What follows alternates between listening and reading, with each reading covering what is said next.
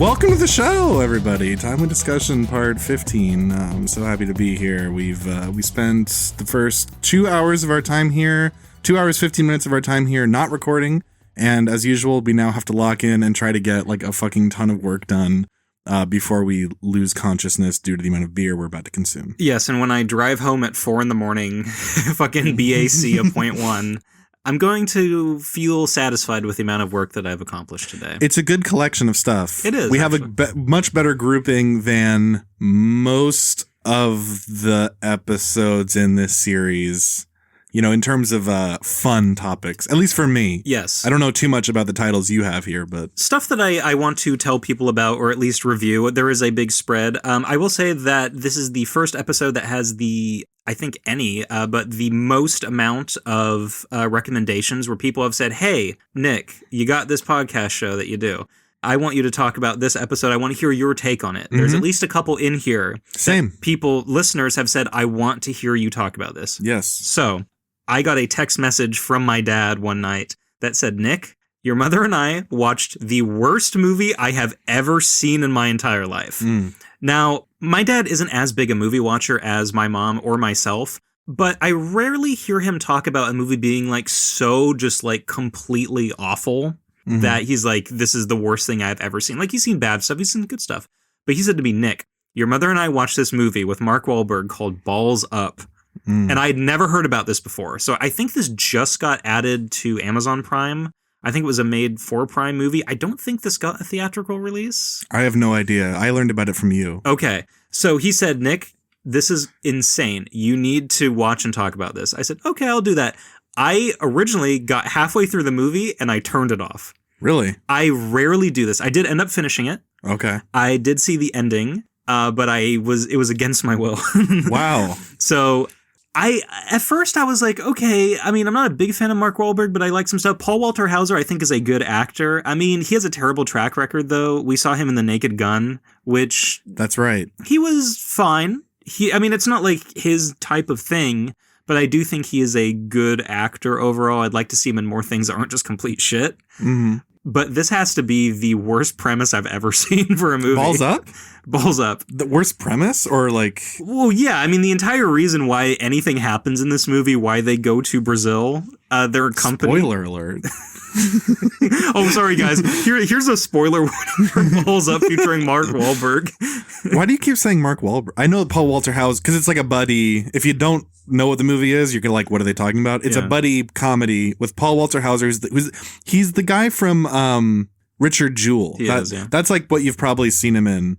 Or I know he was in Fantastic Four. But anyway, it's a buddy comedy with this fat guy from Atlanta and this like handsome, like this, he's like a newcomer actor, I think, but kind of like a more Hollywood type guy. And like they're partners, but they don't quite get along, you know, in all these movies. Why are you staring at me like that? You're saying, why did I bring up Mark Wahlberg? Yeah, because we're talking about Balls Up and you're talking about Marky from The Departed. Because he's in the movie. In Balls Up? Yeah. Oh, wait, was he the guy that was doing like the Bruno? Because I know Bruno's in it, or he looked like Bruno in the middle, but... Mark Wahlberg? Yeah. He's the main character in the movie. In Balls Up. What are you talking about? He's with Paul Walter Hauser. That was Mark Wahlberg? Yeah, what? Dude, what a chameleon. Hold on. That's like a Heath Ledger Dark Knight level transformation if that was him. He looks exactly the same as everything else he's ever done. You're saying the handsome guy, the ad, like, you know. The guy who's, the one who is actually good at selling things and speaks like Portuguese and doing all that stuff. Yeah. That was Wahlberg. That's The Departed. And this isn't like a I'm not there thing where there's like multiple actors. Like it was him the whole time? I think, I'm pretty sure it was. Dude, props. Balls up for Mark Wahlberg. Mark Wahlberg. What's his name? I'm not familiar. Yeah, so that's crazy. So Mink Wallbang and Paul Walter Hauser work for this company, and they say, "Hey, we have a condom, and we've realized a problem that the condom, it only covers your shaft and the head of your dick." As he says, the most prized possession, the penis. It is. And Paul Walter Hauser is really good at designing stuff, but he's not really good at articulating his points. And Ming Mong Bing Bong says, "Hey, I'm actually pretty good. Let me just give me the whole presentation. I can sell it to people." So they say, "Here's a condom. It goes over your dick. And it also covers your balls." It's hilarious. And you said this was a bad premise. It might actually be the best thing ever. But they pitch it to the company and they say, "Oh my God, you're the big genius. We want to pitch a condom to the company hosting the World Cup this year because they're probably going to have a lot of sex, just like the Olympic Village is just like constant sodomy in real life." So they say, "All right, here's the official condom of the World Cup." And they go to Brazil and they pitch it and they're like, "Hey, esse, that's great." And then the CEO of this company goes out to a club with them, and Paul Walter Hauser is just kind of like, I don't know. Mark Wahlberg's chatting it up with him. And he's like, "Yeah, I'm going to order shots." And the CEO's just like, "Hey, man, I don't really drink. I've been like sober for like 15 years. And he's just like, fine, you don't have to drink. He goes, "It's okay, I drink." And then he gets fucking shit-faced, makes a fool of himself. It gets posted on Twitter and like every single thing on YouTube. He does like a Tarzan swing across the club naked. Yes, he's butt naked. This is all in the first 15 minutes, less than 15 minutes. It's an comedy gold. Yes. Yes. Yes. And I believe the CEO of their company is Molly Shannon, I think. Yeah. And she's just, I don't know why she agreed to be in this. Yeah, she's probably the weakest player. Yeah, not that she really has anything to do, but I mean, like, the stuff she says isn't really, like, necessarily funny. No. She has one bit, which is that she says things and then she realizes the HR guy is near her. Yes. And that happens, like, 4 times. And that's it. That happens in another movie this year. That happens in it happens in Arrested Development with Buster. There's that episode where people keep talking, like, "I'm worried about Buster," and then it zooms out and he's right there. Oh, okay. Yeah. So, balls up. For me, it's a 4.5 star. Like, it's not quite like 100% Rotten Tomato, but like, there's a couple chinks in the armor. For instance, like the unoriginality with the Buster gag, things like that. There's like little wrinkles, Sure. What's wrong? But you think this is like a fantastic like meditation? No, I mean, it's not. It's not going to win like best director, probably. Okay, can we talk about the director? Oh, sure. I just want to say it's not aiming to be Driving Miss Daisy, but comedies have won Oscar Gold. It's not necessarily in the cards, but it could happen. But the point is, it's not trying to be that type of movie. But for a comedy, it's like a 95%er. It cut off 95% my fucking dick, more like. Let's talk about the director. Who is the director? I don't have it in front of me, but I believe it's Peter Farrelly. He is the director of Green Book, which did win Best Picture. And he decided to somehow do this. Did he write it? I don't know. Because he writes most of his things. I would assume so. This doesn't feel like him. I'm surprised to learn that's... It's kind of super him, though. I mean, Green Book, I never saw Green Book myself, but everybody, like even people in the filmmaking sphere and people I know are just like, whatever. Some people liked it, but it's considered one of the most, like, undeserving Best Picture winners. Even for that year, a lot of people say. I think that's mostly because of that year. Mm-hmm. Like when people talk about modern movies that didn't deserve it, that's usually one that they say, but it's not. Like I honestly feel like it's overhated just because of the quality of the movies that it. Like for instance, Crash. Even if Brokeback Mountain and Munich didn't come out that year, Crash is still not Best Picture worthy. But Green Book, it's like, I think that movie wouldn't have gotten any. It didn't get any hate until the award season heated up and people were like, "Oh my God, it's going to beat Roma and The Favorite," which it shouldn't have, but it's a good movie. Okay. It's not quite balls up. Okay, I have to drop the bit. This is the worst movie I've ever seen. It's actually fucking terrible. It's so bad. It might, yeah, I mean, Dad, you were 100% right, my man. It's one of the worst things I've ever seen. When I got to Sacha Baron Cohen, which we'll talk about eventually, that's when I turned it off and I said, what the fuck am I watching? Everybody in this movie deserves to get like their SAG card taken away. Yeah. They don't deserve health care. Except the co-lead. He was pretty good.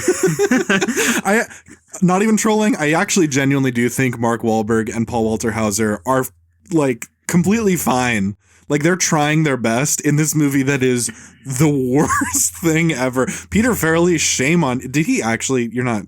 This is his You're movie. not like kind of sure. You know that this is him. This is right? him. This is absolutely him. I didn't even look at the credits because I just assumed it was like just some guy. That's terrible. But I think they're both like doing. I mean, the scene in the middle with the balls up condom, like that's, you have to respect. You know what I'm saying? I will respect them for actually going balls up and doing stuff that, you know, they probably don't have to do at this point in their career. Sure. I will say there's a karaoke scene halfway through where I can tell that they're trying really hard not to laugh. Yeah. That actually did kind of get a smile out of me. Mm-hmm. There was like some craft to, like some kind of meta aspect that I chuckled at where I'm just like, this probably was a fun shoot this specific day. Did you notice he keeps looking in the camera?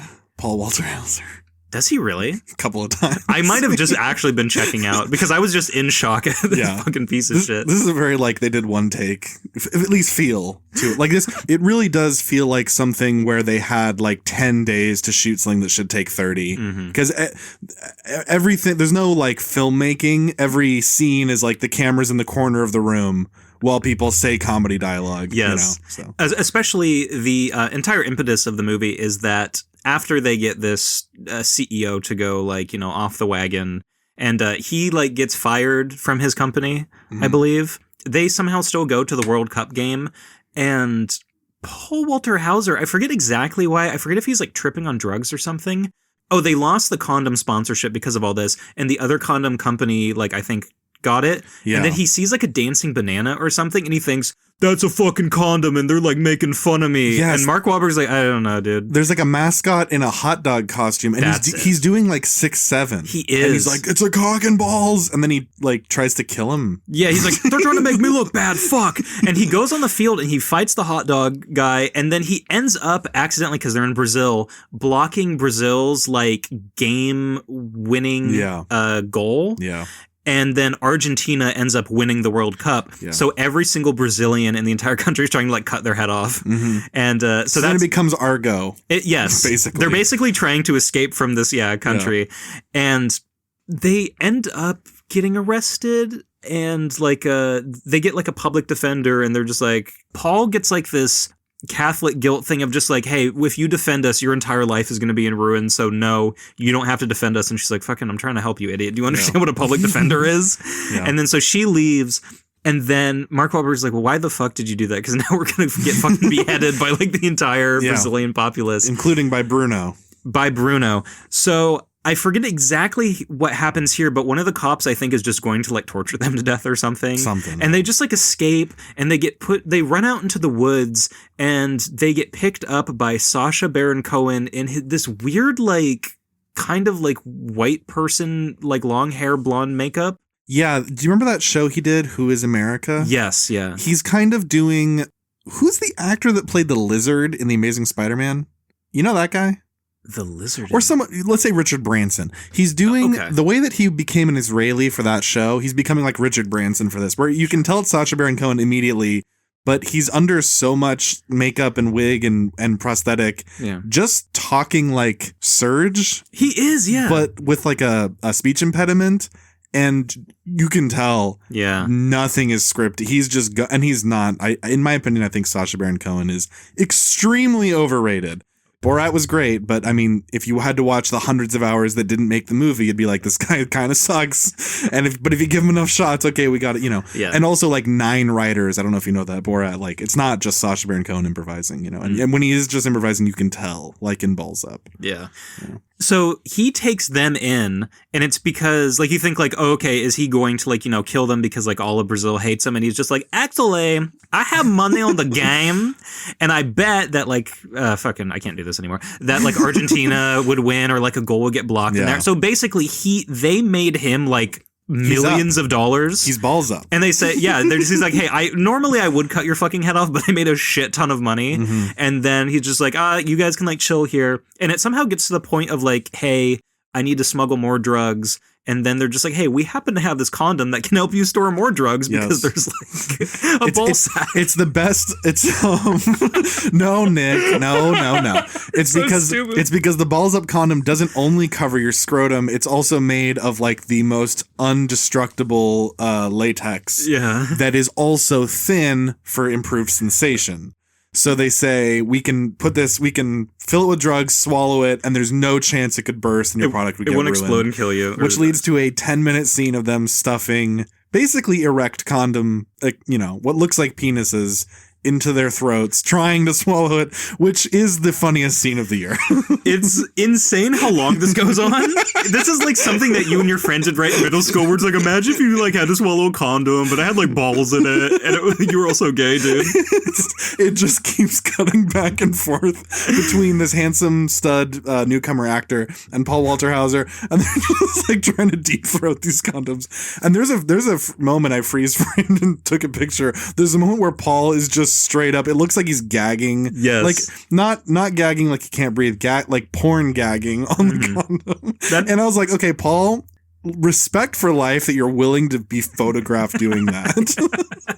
Because that's dedication to the craft. You know it is. I mean? It is dedication, but he went balls up. This is the scene, actually, where, like, Marky Mark is able to do it, like, immediately. Like, somehow he just, like, swallows it. Oh, whatever. You're right. And then Paul is, like, trying to do it, and they're just like, you got, like, 15 minutes to do it. And it's like, maybe you should do balls first or something. And he's like, no, chef. And this goes on, like you said, for probably at least 10 minutes of them just, like, trying to swallow condoms. Mm-hmm. And you can tell that this movie really had nothing. I wonder if this was a scene of just, like, on the day, like, there was nothing, like, written down in the script of just, like, all the boys pretend to swallow condoms. Yeah. And then they just shot what they, like, thought was good. And then after a while, they're just like, oh, fuck, none of this is good. So they just put everything in. I would probably, I mean, that makes the most sense. A lot of the movie it's dialogue heavy, but the dialogue is very chit-chatty. And the thing is, if you have a script and it's like, okay, character 1, character 2, character 1, character 2, and what they're saying is very short, you're going to burn through that dialogue, and that's going to be, that 3-page scene is like 25 seconds. So leave in as much as you can. You can feel the improv. You can feel a lot of improv. I didn't really get that sense from Wahlberg or whoever that was. But yeah, with all of the, like, comedy people and the group they run into in the woods, it's just like, it's so draining to watch this shit. Yeah. So after they spend 15 minutes swallowing condoms, they have a party at night, and this is when the karaoke sing happens. They sing Somebody That I Used to Know by Godier. Yeah. And this kind of made me chuckle. I mean, Paul is, like, singing in a very, like, almost falsetto voice. But I'm just like, it's whatever. They get attacked by, like, some random, like, strike team in the middle of the forest. There's, like, gunshots ringing out everywhere. And I think they believe that it's, like, a rival cartel that's going to, like, just execute them once they realize who they are. So it's like, fuck, we need to run out into the forest. And then they do. And they end up killing, like, some kind of, like, crocodile. I forget how it is. Yeah. Don't they, like, have a condom full of cocaine still, and they give it to him and his heart explodes? Yeah, they George Floyd a crocodile. They really do. I forgot about that. Yeah. In the coroner's report, it was not the kneeling. So after they kill the crocodile, they walk into this, like, commune in the middle of the Amazonian rainforest with, like, Eric Andre. I forgot. Who fucking sucks in this. I totally forgot. He sucks in everything. He does. I mean, I didn't even care for a show really back in the day. I was just like, oh, so you're just doing things to scare people? Yeah, and like, people would probably go like, no, he was good on his show. I bet you if you're saying that, it's like Key and Peele. If you have a high opinion of it, it's because you didn't actually watch the show. You watched the clips. Yeah. Anyway. Yeah. So I forget exactly. They're basically like real, like, Earth children, and they're like super hippy dippy. And there's this one chick in the commune that everybody's trying to fuck. And it's run by this like 200-year-old guy who's just fucking all the women. And Eric Andre and this other guy think that they get some like trickle down poon, but they really don't.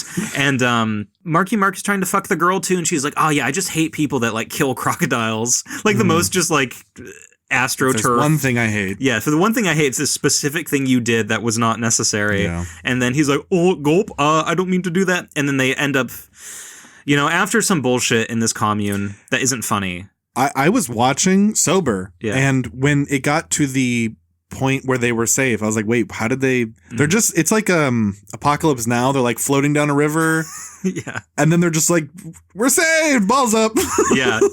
Yeah, I mean, that's pretty much what it is. Eventually the lady turns on them and they all get pushed out of this commune because like, you killed the heckin' crocodilerino. And they fall off of a waterfall. By the way, in a fall that would kill you. A lot of people think landing in water, even if it's, from a little bit, is fine. No, it's like hitting concrete at a certain point. Well, Nick, it is a comedy. As we all learned from Bringing Up Baby, it's meant, it's this, so. Yeah, the logic in Bringing Up Baby. So don't even try to go there. I think this is like the end. I don't think there's anything else because after they do this, they wash up on shore and then they have like people pointing guns at them. There's like an APC and they're just like, "Hey, who are you, SA?" And they're like, "Fuck, it's the Brazilians." And they go, "No, man, we're from Argentina." And they bring the flag out. And then the lady from before, this makes no sense whatsoever why she's even in the movie. The public defender is secretly like an Argentinian, like fucking police officer, like undercover spy or something like that. Or she's Brazilian. It doesn't fucking matter. I think they're like drug people. Like DEA type, whatever. They're like, "Are you smugglers?" And then she's just like, "We were just trying to defend you. And like, also like, I'm a cop." And they're like, "Oh, that's cool." And then the movie ends like that's the story. And then they have like an epilogue where I think, doesn't Marky Mark stay in Brazil with her? I have no idea. I don't remember what was said during the like posts or like the ending voiceover. I just remember the final image. Oh, what is it? The movie ends with Paul Walter Hauser being like, "Sometimes your balls up." And then it shows a bronze statue in Argentina of like the two doofuses who saved the, Okay. And it's just them. It's a bronze statue of the two of them tackling the hot dog, but because it's a bronze statue with a lot of detail, it looks like the two of them riding a cock. So it's kind of like a satire of corporatism and advertisements, and it's it's in the comedic stylings of like a Norm Macdonald, if you've heard of him. It's pretty brilliant. Comedy of the year. It's the worst fucking movie I've ever seen. It's terrible. Did, I will say earnestly, it did have me at the exact, like right at the beginning. I was like, oh, I might be, because like we've talked about Freddy Got Fingered, at least off mic.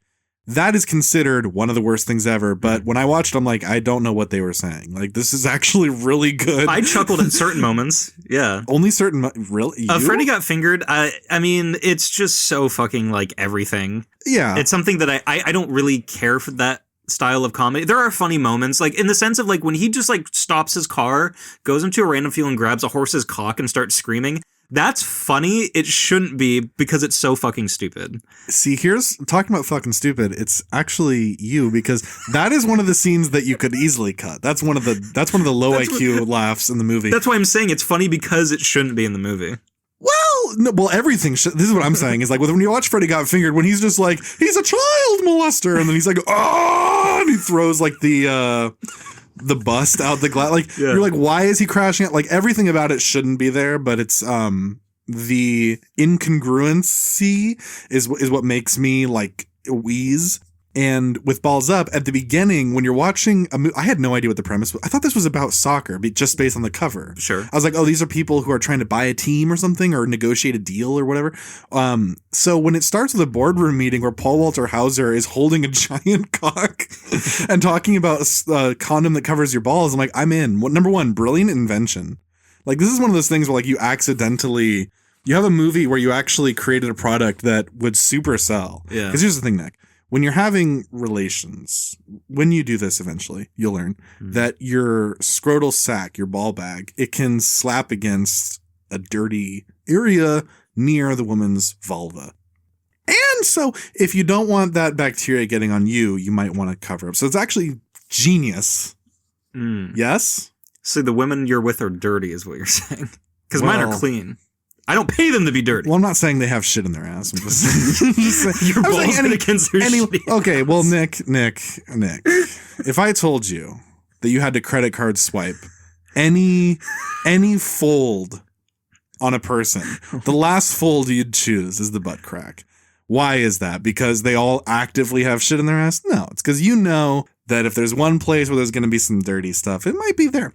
And sure. Paul explains this brilliantly in like a very network-esque monologue at the beginning of the movie. And I was like, I'm sold. Where can I buy the balls up? It turns out it doesn't exist yet. I actually did look that up too, where I was just like, are there actually any condoms that cover the ball bag and everything? Yeah. And the first result I got was on Amazon, a quote, cock and ball sheath. And I said, okay, this is definitely just fetish shit at this point. Yeah, so this doesn't, you are genuinely true. This doesn't technically exist because it's fucking stupid. It's not. I mean, yeah, it's smart. I mean, just wash your fucking. What do you want, crab? What if you're having normal sex with a girl who has crabs and doesn't know it because she's bushed out? Now you have crabs. Except, I wore the balls up. Make her shave that shit. I don't do that. Dirty bitch. If you meet a stranger at a party, you're going to make her shave? Yes. Okay. That's how daddy likes it. That's fair. You ain't getting your $10 unless you shave that shit. Yeah. That's all it costs. Anyway, balls up. I give it a 2 thumbs way up. I give it 2 balls up. I give it 2 balls down. It's the worst, but there's some funny moments. The opening scene is funny, and if it's on YouTube, the eating the condom scene is pretty good. I guess so. I mean, I looking back on that, I will retroactively laugh at that scene. But when I was in the moment, I was just like, what the fuck am I watching? When I was at that moment, because I was so bored, because it's like right dead in the middle. I was close to turning it off. I was like, oh, this isn't even going to be worth watching, even if it's not funny. This isn't going to be worth watching just to even talk about. Like, I was ready. And then when that moment happened, I was like, oh, okay, they get it. We're getting into the Tom Green zone. And then it became fucking boring. Mm-hmm. So, yeah. 2 balls mid. I call it 2 dicks in my ass. Can we meet in the middle here? Are we going to say that balls up is like a 5 out of 10? No.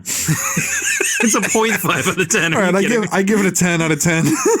Just so that the brother score is in the middle. I have to do my due diligence. People should not watch it. Never mind. I was going to say they should, but they really should. It's the worst. It's terrible. It's genuinely like, I feel like the only reason my dad recommended this is because he's just like, you need to talk about how shitty it is. If somebody recommended it to me and said, this is funny, this seems like something you would like, stop talking to them. Whoever recommends this to you, no. Me. They need to be out of your life right now. Yeah. Awful film. Yeah. We've talked about... That's staying in. Okay, whatever. If I have Mark Wahlberg, then okay, yeah. So we've talked about bad stand-up comedy in some of the past timely discussions, but I am happy to say that there actually is one stand-up comic that I respect and is actually putting out good stuff, and he shares your name. It's Caleb Herron. If you've seen a big fat guy with black hair, the fattest, like Marty Supreme level fat guy. I would say he's like a very like affable, like cuddly fat, not like a disgusting fat. If that makes any sense. Hilarious guy, but he has a new special called Caleb Herron, Model Comedian. And I thought this was fucking hilarious. He does a lot of bits and talks about things that I think you, Caleb, personally would find hilarious. Oh, yeah? He does this bit near the end, and I don't know how much I want to say about like the actual bits he does, but one thing that was making me chuckle was he goes on a tour of like, I think like Birkenau or like one of the like death camps. Mm-hmm. And all his friends are just like being kind of bummers. And he's like, bitch, I'm at Holocaust. You can't do this right now. And I do love the phrase I'm at Holocaust. Yeah. And I've been saying that for like the past month, just like off in my head. Yeah. It's just a funny bit. He has really good timing. We've talked in the past about how somebody will make a joke, and then once the punchline lands, they'll just be like, like that kind of, they're not confident enough in their comedic capabilities. Yeah. Nothing from him. He is completely confident in everything he says. Everything is well rehearsed. His punchlines land. The joke structure is good. He doesn't rely on a lot of stuff like, yeah, so I was getting my dick sucked because I'm gay or anything like that, which a lot of gay comedians don't really do. But he doesn't really fall into the trap of relying on just gay comedy or just trauma dumping like a lot of other comedians will do. It's just like, yeah, so like, when my parents kicked me out for being like a gay and all that stuff. No. I'm gay and deal with it. Like that kind of smug thing a lot of them do. No, he's at least the ones you see. Exactly. He's not like that at all. So I would actually recommend this to a lot of people. It's not somebody that you would recommend to like your grandma or somebody who's like very conservative. He has an entire bit where he calls JD Vance a over and over again. Nice. And he's just like, he is the gayest looking man I've ever seen with his eyeliner. Yes. And all that Real stuff. shit. And it's funny because I was watching that. I go, really? That is true. That is true. I was nodding my head along. I said, that is correct. So he is transgressive in a way that is like actually funny, not just nice saying the N-word like we do. But I really enjoyed this. It was actually kind of a breath of fresh air because we've talked before about like how just stand-up comedy is dead. We have no respect for it. Dave Chappelle's like, my brother. Just smoking and like just forgetting his punchlines. But Caleb Herron, breath of fresh air. He is in actually 2 other movies that we will be talking about on this list that I can remember. And another one in this episode coming up very soon. Big recommendation. I have not seen him do comedy, but I do know who he is because I've been recommended like reels that he's being interviewed or interviewing people. Yeah, I really don't know anything about him. I've seen him and I went, that guy's fat, and then I heard him talk and I went, but he's cool. It is strange. This is stupid, but it's worth noting. For as big as he is, his last name is a bird, and birds are usually, you know what I mean? Because they gotta fly. Exactly. That's all. It should be Caleb Wales, what I'm saying. That's what I'm trying to say. Caleb Fat Bitch. I should be Caleb Heron. Yeah. So like I said, I recommend people watch this. I believe it's on HBO Max currently right now. It is worth the time. It's about 60 minutes. He has some clips on YouTube, and he's also on Stavros Halkias' podcast, and it's really funny to see like just 2 fat comics bounce off each other, no pun intended. But they do have a good rapport. They are funny. He has a podcast too, and he talked about, he's just like, I do not listen to other podcasts because they are fucking stupid. My thoughts exactly. And so I have to say, you are another. I mean, you guys are 2 peas in a pod. You're Caleb's that hate other podcasts. Yes, and you're funny. There are podcasts I like, but not having seen any taxed. Hang on. That's standing. It's standing. Not knowing where he's coming from or even what he considers the stupid ones, like that is how I feel, where it's like, well, a lot of the ones that when I say the word, if I said I heard a podcast, anything you're picturing, it's probably something that in my opinion is like, well, that really doesn't deserve to be known by anyone. Sure. Like the Nelk Boys. Yeah. There's plenty of good podcasts out there made by people who care. And, like our goal is to dedicate ourselves to making something that isn't just slop product, but a lot of the stuff when you think of a podcast is slop product. So I respect Caleb for saying that, because in the world of stand-up comedy, your networking is people who make slop. Exactly. So being able to say, by the way, Stav, you are the slop. Yes. I respect that. Also, one other thing, if you haven't seen Caleb Heron, but you know what Stavros looks like, Caleb Heron looks like Marty Supreme, but like us. He's like a soft fat. Stav is very much a hard fat. Yeah. You know what I'm talking about? Yeah. Yeah. Those people where it's like, okay, that's a belly of rock. That fat is really, it's been there so long, it's fortified. Because Heron looks like a teddy bear. I would sit on his lap and let him tell me jokes. Yeah, because Caleb Heron is from like Missouri, so he has that kind of like Midwest fat of just like, I've just been eating like, Chick-fil-A and like going to Sonic and getting like fat off like good American fat, but it's all in his chin and his tummy. Exactly. And then Stavros, he's Greek and they usually don't have a lot of food, but since his family moved to America, he just got fat off like trans fats and like disgusting bullshit. That he's sit around fat. Yes. Caleb Heron looks like a guy who's walked around. Yeah. What I'm saying is that his Greek lineage should not have this amount of like fat in their body. Yeah. It should be a different kind of fat of, I'm sitting on the Acropolis eating figs and drinking wine, but Stavros is just like eating hamburger after hamburger in a Kimbo hands and just can't do it. You know what I can't do?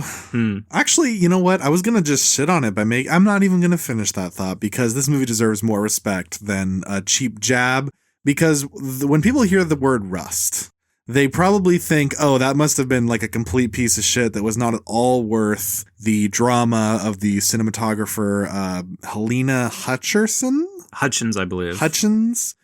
Being killed, and the director being almost mortally wounded. by the raving maniac Alec Baldwin. The speed freak on the streets. Oh yeah, he crashed into a tree. He's trying to like pass a garbage truck. Yeah. He's like, "Why'd you do that?" He's like, "I'm a garbage truck." That was a big tree. That was a big tree. He's so bizarre. People go, "Oh, he's a hypocrite because he's a lib," but then he like shot a girl. He's pro gun, but he's into. Now here's the thing. Do you know what Rust is about, Nick? It's like cowboys, right? It is a Western. Okay. Do you know what the story is about at all? No. Here's a really funny thing that I learned. So Rust. So the movie's called Rust because Alec Baldwin's character, his last name is Rust. He plays the titular Harland Rust, which sounds strange. Okay. That's a very like movie name, but that doesn't matter. He's not the most main character. It's kind of like he's kind of the Mad Max, I guess. And the Furiosa of the movie is his grandson or grandnephew. Okay. And the reason I say this is like the Mad Max analogy is like he's basically helping the kid. The kid is the main character. He's the one you meet first. And he's helping the kid because the kid is a kid and in circumstances he's not ready for. The circumstances are that the kid accidentally shot somebody. Oh my God. When I was watching it, I was like, is this real? Oh my God. Why did they not just scrap this movie? Holy fuck. Did you know that? No. That is insane. Nobody knows this. This movie is cursed. The movie is my God. This is boy, and he has like a little brother, and the brother's being bullied, or his like cousin or whatever, and and the guy who like bullied him, his dad is like, "You fucker, you Rust, you're all bad folk." And then he's hunting a wolf on the property. He's like, there's the wolf. And he grabs his rifle and he shoots at the wolf. And the wolf like does a spin move, like layup, like NBA, like trick shot and jumps out of the way. And there was a guy on horseback but like the wolf was obscuring his view just right there and he just blows his head. Oh my God. And he's like, and then he's on trial. And he's like, I didn't mean to shoot him. And I was like, did they rewrite this? Oh my God. And then Alec Baldwin enters the movie and he's like, so you shot someone in an accident, huh? I know what it's like. And he breaks him out of prison. And the movie is him taking this kid to Mexico because one of the Rust family lives there. And they're like, all right, no jurisdiction, no extradition. It's, 1860. Yeah. So we're going to venture south. Before you ask, the scene is not in the movie. The scene where the shooting happened, which was in a church setting where a shootout happened, never comes up. So they clearly rewrote and changed whatever that plot detail was. They're not going to do that shot over again. What if he does it again? I was waiting for it because we've all seen that still of Alec Baldwin, the low angle of him pointing the gun. I'm like, I hope that is shot. No, that whole, whatever that subplot was, it is, or that portion of the plot, it is not in the movie. I was trying really hard to tell what was before and what was after. At least to me, there was no obvious Alec Baldwin is now 3 years older, but really 15 years old the way like a president ages with fast. Like sunken eyes. Yeah, it wasn't super obvious, but the movie is not really that great. It's just kind of an average thing. It's I think it got hated on just by virtue of the fact that it's controversial. It's just distracting, but it's really, it's fine. I don't regret watching it, but it's not worth sitting through. I mean, the main thing that's worth even experiencing related to this movie is just the realization of what the plot is. But that's already spoiled for you and anyone listening. So you actually don't need to spend your time on this at all. Well, that's good. Yeah. That poor girl who died for this movie. I mean, like, I don't want to make too much of a joke about it, but if you died for something like Apocalypse Now, that's like, whoa, cool. But if you die for like a Paul W.S. Anderson Resident Evil movie, that's like you just go straight to hell for that. And unfortunately, this isn't even that because this is in the middle. It's like you died for We Bought a Zoo. It's like, well, this is just who cares. I haven't thought about that movie in so long. Exactly. it's just not. It's who cares? Oh my God. Oh, and Alec Baldwin, this is the other thing. He like co-wrote it. So it's like, it was his, like, it's an accidental murder. Like, and then I take my gun and I shoot at the camera 100 times. I'm going to do it like this. Alec, please stop, please. You give me 6 guns and they're all loaded. It's in the script. You got to put it in the script. he's always I got to bring my own ammo. They're like, no, Alec, it's a quick draw, not a quick. He's like, watch how fast I can shoot people. Yeah, it's Rust. It's I love westerns, but I couldn't even like I'm a softie for this type of thing, and I just didn't care, and I wanted to like it. I was like, hey, I don't have any personal stake. I have no reason to want it to fail, but it's boring. So really hear on my words here. Hear on me, Caleb. Heed me when I say skip Rust. Boring. Balls down. 2 balls down. There's a genre of movie that kind of fell out of fashion in the 2010s, 2020s. You don't really see this anymore, and that's the stoner comedy. They're still making these. Pizza Movie is one of them. It stars the boneless kid from Stranger Things, the one that looks all fucked up. The tooth kid? Yeah. Okay. Yeah. He has this thing where he just has like no bones. What? Yeah, it's like no bonitis. I forget what it is, but he genuinely like doesn't have collarbones or something, so he can go like... Oh, that's he's like the guy in X-Files who can go through the vents. I have not seen that episode, but I know what you're saying. So it's the kid from Stranger Things, but he goes through your vents. But no, in Pizza Movie, this is a stoner comedy. I would say more of a like... Because they don't really smoke in this, but it's meant to be this thing that you turn on when you're fucking like blasted out of your mind on just any substance. Okay. Revolves around 2 kids who are at this college, nondescript, and they are trying to put in their like resident form to basically it's really convoluted, but it boils down to they need to get their new dorm for next year, and they need to get it in quick because if you don't, you get sent to the evil dorm that is somehow like hours away on campus and is full of like spiders and vampires and shit, and I'm not kidding. Vampires? It is like an evil fucking... This has crazy like dream logic in this that you would not expect. It's like Slice? I guess. I don't know what that is. Oh, you haven't seen Slice? Is that... No. I mean... Oh. The way to describe it is that, like, seems like a normal movie, and then it has, like, weird fucking, like, dream, like, Norm Macdonald joke logic or something, like, it's a fucking evil place with spiders, or... I don't know. Okay. Point is I'm trying to make is they need to not go there, and they say, hey, we need to walk downstairs from our dorm on the top floor, I guess, and just hand it in to the person down there. But what happens is they randomly take like this fucking like insane like LSD pill or whatever that like Sarah Sherman from SNL like made in a lab and gives you crazy fucking hallucinations. And if this sounds fucking stupid, it is. Mm-hmm. So the boneless kid is like the laughingstock of the school because he got all the football team registered sex offenders. Because he like somehow did something where he like pulled down all their pants and they chased after him and they ran in front of like a school bus. So like the entire football team just can't perform at the school. Yeah. Because it's close to school. Anyway, so everybody hates him and the other kid is just gay or whatever. So they take this like pill and they're just like, dude, I'm tripping fucking balls. What is going on? And they read the tin and it's like, oh, it's the evil drug. And they're like, fuck. So they go on YouTube and they find like Sarah Sherman and she's like, yeah, so I made this thing in a lab and you're going to go through 5 stages. And this just explains the like movie 21 for Jump you. Street. Yeah, I guess it really is. No, I think stage 1 tripping ball or, yes, major ball sack. It does get a little more just like explicitly stating the act structure of the movie where it's like step 1, your head is going to explode. And step 5, you're going to have like a realization about yourself. I'm like, okay, so they're going to solve their problems by the end of the movie. Yeah. This has maybe the most insanely shot scene I have seen this entire decade. So they get to a point in the drug's lifespan where if they swear at all, their head explodes and they have like a Groundhog Day thing where they go back to their room.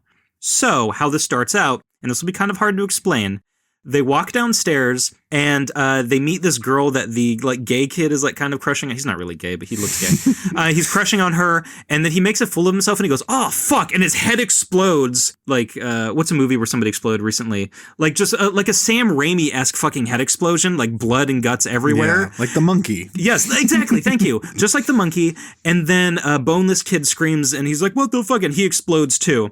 And then they go, whoa, that was crazy. But the video just said this would happen.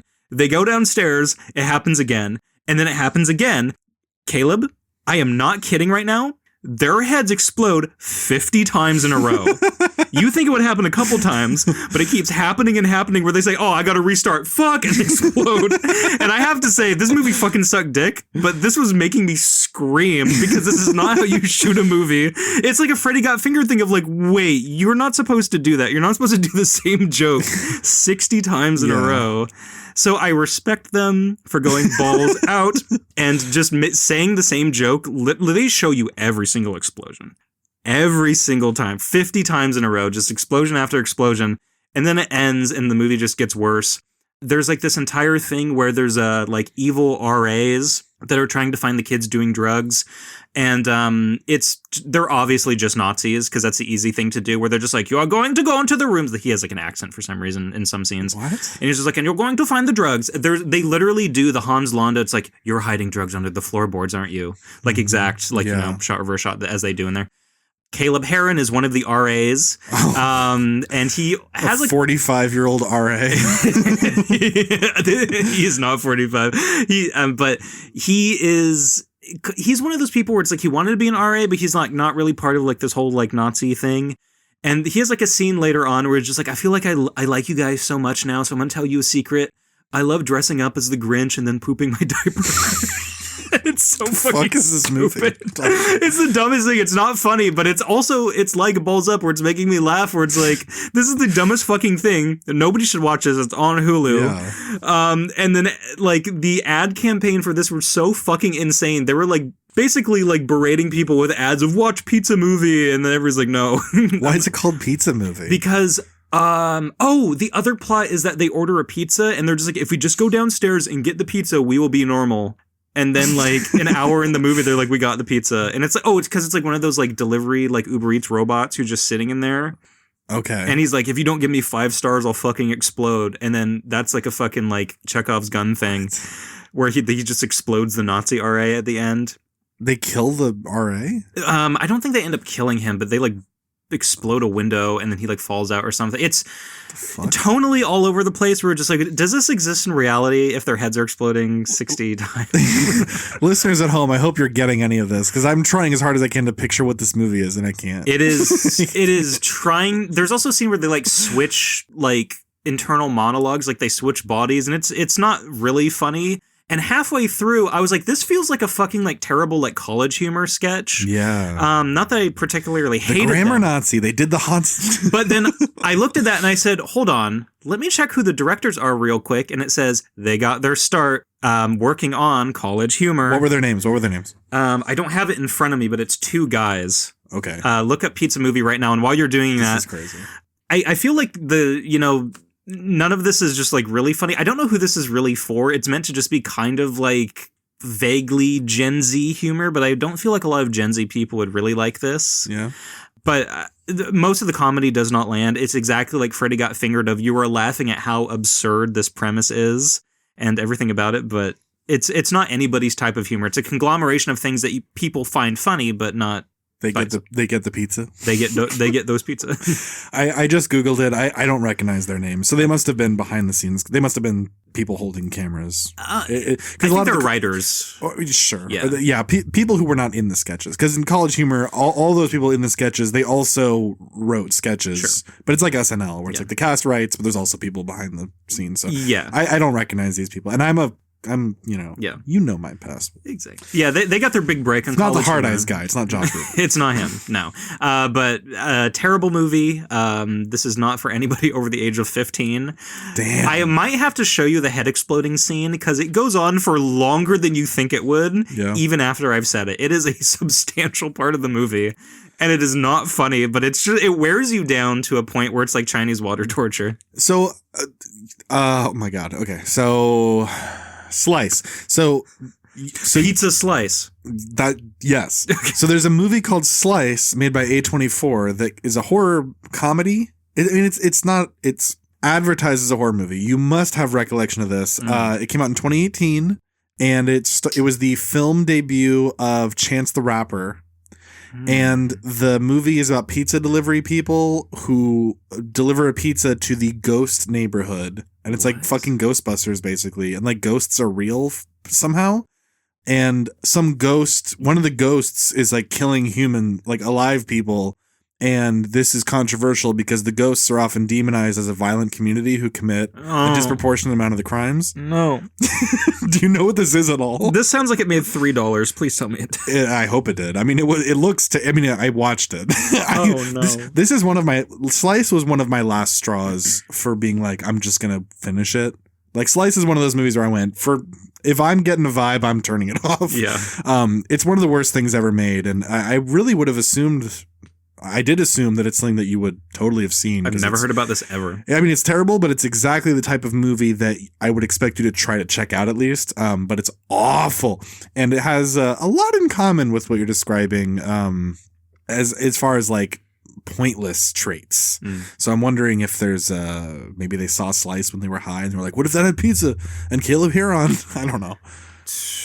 I don't know. I don't know why Caleb is in this movie because it's not his style of humor anyway. He's just saying shit that is like wacky. I mean, getting a paycheck is a paycheck. And if they said, hey, Nick, do you want to be in Pizza Movie for $50,000? I'd be like, yeah, sure. I will do that. This got Hulu money apparently. So I don't know. Whoa. There is some production value in it. There is lighting choices. There are sets. There is actually like fight choreography. So there was some effort put into this, but it is awful in every single regard.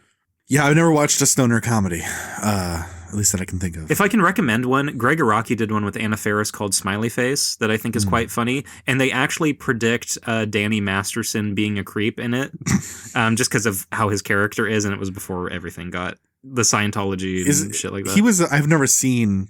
in a serious way, that 70s show, but didn't he play like a sex guy in that show? Yeah, I forget his name in there right now, but yeah, I mean, there were all horny guys on that show, but he definitely was, I think Hyde is his name. Hide the evidence. I don't know. Hide the salami. Oh yeah, that's exactly. The game he was playing. Mm-hmm. Yeah. But Smiley Face is fairly funny. You know, Greg Araki directed it, so you get some stuff that normal people wouldn't do in a stoner comedy. I would recommend that. It's fine.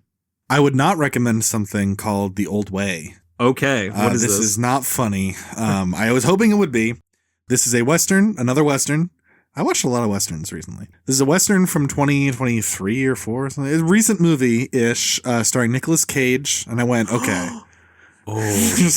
There's no way this is going to be good. Because Cage, I think he must have settled, or at least he's made good progress on settling his tax issues because he's still doing bad shit, but the batting average has significantly changed of him accepting projects that, even if they didn't turn out great, at least looked like they could have been promising versus just taking the foreign paycheck Chinese horror movies. And so I thought, Old Way, okay, maybe this is one that even if it didn't turn out great, because here's the thing, like he is not a timeless presence. If that makes sense. There are certain actors where they exist today, but you can picture, like Josh Brolin we talked about with Jonah Hex, like he's a believable face and presence now and 200 years ago in the United States, at least. He couldn't play Genghis Khan, but like you believe him as an American really at any time. Like Nicolas Cage is a very modern persona. You don't put him in 1860. So I was like, well, I doubt this is going to be good. And it's not, but there isn't really a lot to say about it. It's just a very boilerplate Western kind of plot with Nicolas Cage, who is trying, but it's not like a very serious like drama movie. It's just very middle of the road kind of. It's like Rust. It's actually less interesting than Rust. It's a worse movie than Rust, but Nicolas Cage can't help but be kind of watchable. And it is really funny watching him act seriously, talking about his like murdered wife with the fakest mustache and just an implaceable. He's like Johnny Depp, where it's like, dude, your voice that didn't exist before like the 90s. You can't. Yeah. He's like, oh, it really bothers me how she was murdered. And it's like, dude. Yeah. Doc Holliday was not talking like that. Yeah. It's like, no. So it's kind of like, remember the ending of Dog Eat Dog where he's like, oh my God. He's kind of doing that in the movie, and it doesn't. It's not fun to watch. It's boring. I barely finished it. I was very distracted. I was doing many other things while it was on this TV over here. But then I turned on another Nicolas Cage Western from this year called Gunslingers. Nick, what if I told you that there's a movie that exists starring Nicolas Cage that is basically Jonah Hex meets Mr. Lonely? by Harmony Korine. Oh, hold on. That is very interesting. What if I told you that what if I told you that Isaac Leon directed a Harmony Korine script? Give me a second. And it was edited like Jonah Hex. Okay. Gentlemen, as you know, I'm the gunslinger. Oh, shit. Sorry. Oh, fuck. It's the best. It is one of the most unbelievably bad disease movies of recent year. Oh, good. It is a great find. I am so excited. I'm going to watch it again at some point. Should we show this to our friends? Maybe. I think you and I probably enjoy it different. Like the disease movies that our friends also like are a little bit more like they're like normal movies that were just done so terrible, or like they're things that are the things that are bad about them are things that anyone can kind of enjoy them being bad. This movie has things that are like very, at least for me, like not to speak for you, but when I was watching, I was like, oh, this is made for me. Okay. I don't know if I can picture certain people getting as much joy out of it. I don't know. It's hard to say. I mean, you'd have to just see it and judge for yourself, but we might have to do a breakdown of it at some point. I'm not really going to say too much about it because I don't want to taint your experience. Okay. So I'll kind of just leave it at what I've already said. I could not believe my eyes watching this movie. That is exciting. And by the way, here's one thing I can tease. Nicolas Cage specifically is playing one of the most, like, it's a new type of performance. That's all I can say. Oh, so like Longlegs, him doing that was like a step above what he usually does. It's like different. Yes. So this is a new Nick Cage. You've never seen him doing what he's doing in this movie. This isn't a Con Air. This isn't a Vampire's Kiss. No. It's not him overacting. It's not the big freak out. He's doing like in his mind, he's being, who's that guy? He did all those movies with John Ford. Not Walter Houston, Walter Brennan. Do you know who that is? I feel like if I saw a photo, I would know. He's been in a billion movies, multiple time Oscar winner, like very respected actor from the year, like really old Hollywood. But he's like he's a like dictionary definition chameleon. Like I've seen multiple movies of his where I went, that was the same guy. Like he's a great actor. Apparently a huge racist and a monster. Like a horrible asshole. We found out, like, you know, like in the movie Babylon, he'd be like one of the worst people. Apparently, but fantastic actor. Anyway, Nicolas Cage thinks he's doing like a Walter Brennan like character transformation. Like it's his goal, and he is doing something he's never done before. But it is a sight to behold. His voice, his mannerisms. He's doing a full transformation. And my God, does it not work? Oh no! And it doesn't really feel like he was particularly directed. It kind of just seems like he was like, I'm going to do this. And whoever was making this movie was probably too timid to say anything to him. He's the only like known quantity in this movie. Everybody else is like Steven Seagal, like co-star level, like unknown. Yes. They'd be like the fifth character in a Seagal film. With the exception of Brad Dourif, I think is his, or no, that's the guy from Lord of the Rings. Stephen Dorff. He's the main character. I recognize that name. Yeah, he's and the point is, like, Cage was definitely the biggest guy on the set, and so no one's gonna be like, you should stop that. So they just let him go, and it's gold. I'm excited. It's actually the best thing ever. So this is a recommendation you're giving to our listeners? Yes. If anything I just said so far piqued your interest, you will not be disappointed. Gunslingers, you'll need some drinks. It's kind of a watch alone movie. It's not really a group of friends movie. You kind of need to just like lock in. Okay. But you'll have fun. It's a good time. It's like a good single player video game. Like you'll have, this really is like The Last of Us for disease movies. There was a movie that I blind watched one night. I was on Amazon Prime and I saw Chris Hemsworth and I said, I like him. I like him in this movie that nobody else likes called Black Hat. And I think he's actually a pretty decent actor. And then I looked at it and I said, oh, so this is a like heist thief movie along the 101 highway in California called Crime 101. And I said, okay, that's kind of interesting. And I started playing it and I said, oh, I kind of like this a lot. I think this is actually okay. And I looked at the reviews online and everyone was like, you need to kill yourself now, Chris Hemsworth. Yeah. And so This is one thing that I feel like I'm going to be in front of the pack, just like in Black Hat, just like with some other Michael Mann stuff, because this is basically a Michael Mann movie that he didn't direct. It is a kind of spiritual successor to, a lot of people said Heat, but they are fake fans. It is closer to Thief if you had to compare it to any real thing. Chris Hemsworth is just the Black Hat connection. He's not a hacker. Yeah. He is basically a real, I don't want to say like autistic, but very methodical, but like bad with relationships thief. He has a moral compass that he steals from a lot of people along the 101 highway in California, but he doesn't kill anybody. He carries a gun, but he is very intelligent. He does this thing that I thought was actually really good character building, where he's in the shower beforehand, and he has this like scrub that gets the dead hair out of your scalp so that it doesn't fall. And he wears a balaclava. He's very well manicured. He's like a gentlemanly thief. He's like Thomas Crown Affair type. Yeah. And I looked at this and I said, oh, this could be really good. And then I saw Barry Keoghan is in this as like a helmet wearing motorcycle, like very brash thief who doesn't care about the like cat burglar type espionage. The new nihilistic generation of criminals. Exactly. Whereas Hemsworth is like more erudite. Yes, he's very like, I do this by the book, and if I am so meticulous and well planned that I am not going to get caught. And I really like that about his character. If anything, these characters do seem very, how do I describe this? They are very strongly written characters and unique from each other. Not that they are unique characters, but it's not like he is like a more morally gray version of this guy. And I really like that Mark Ruffalo plays a cop in this who is like, I'm looking into the dirt. I'm going 1, 2, 3, 4. I see that there's a pattern along the 101 highway, and his superior is like, are you fucking... No, there's not. And he's like, you need to drop this. He's like, but there's a guy, I can tell. And that is the foil. I want to say something about that. Okay.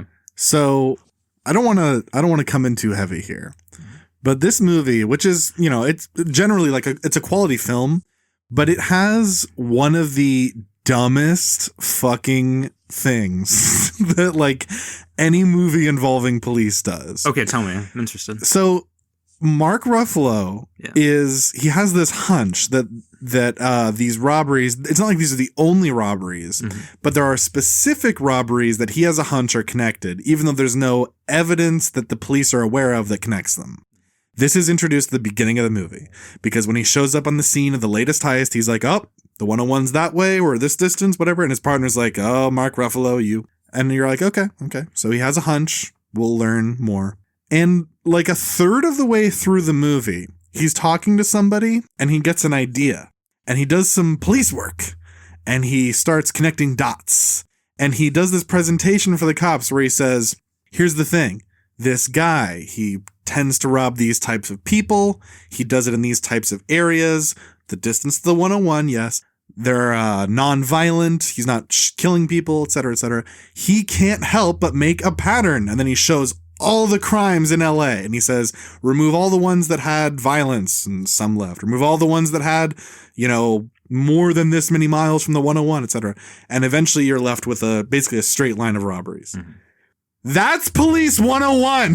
That's what everyone would have figured out immediately. He's introducing the idea of pattern recognition to detectives. And they're like, that doesn't make any sense, Mark Ruffalo. And by the way, Ruffalo's discovering this for himself. He's like, guys, I've discovered. Maybe they're like...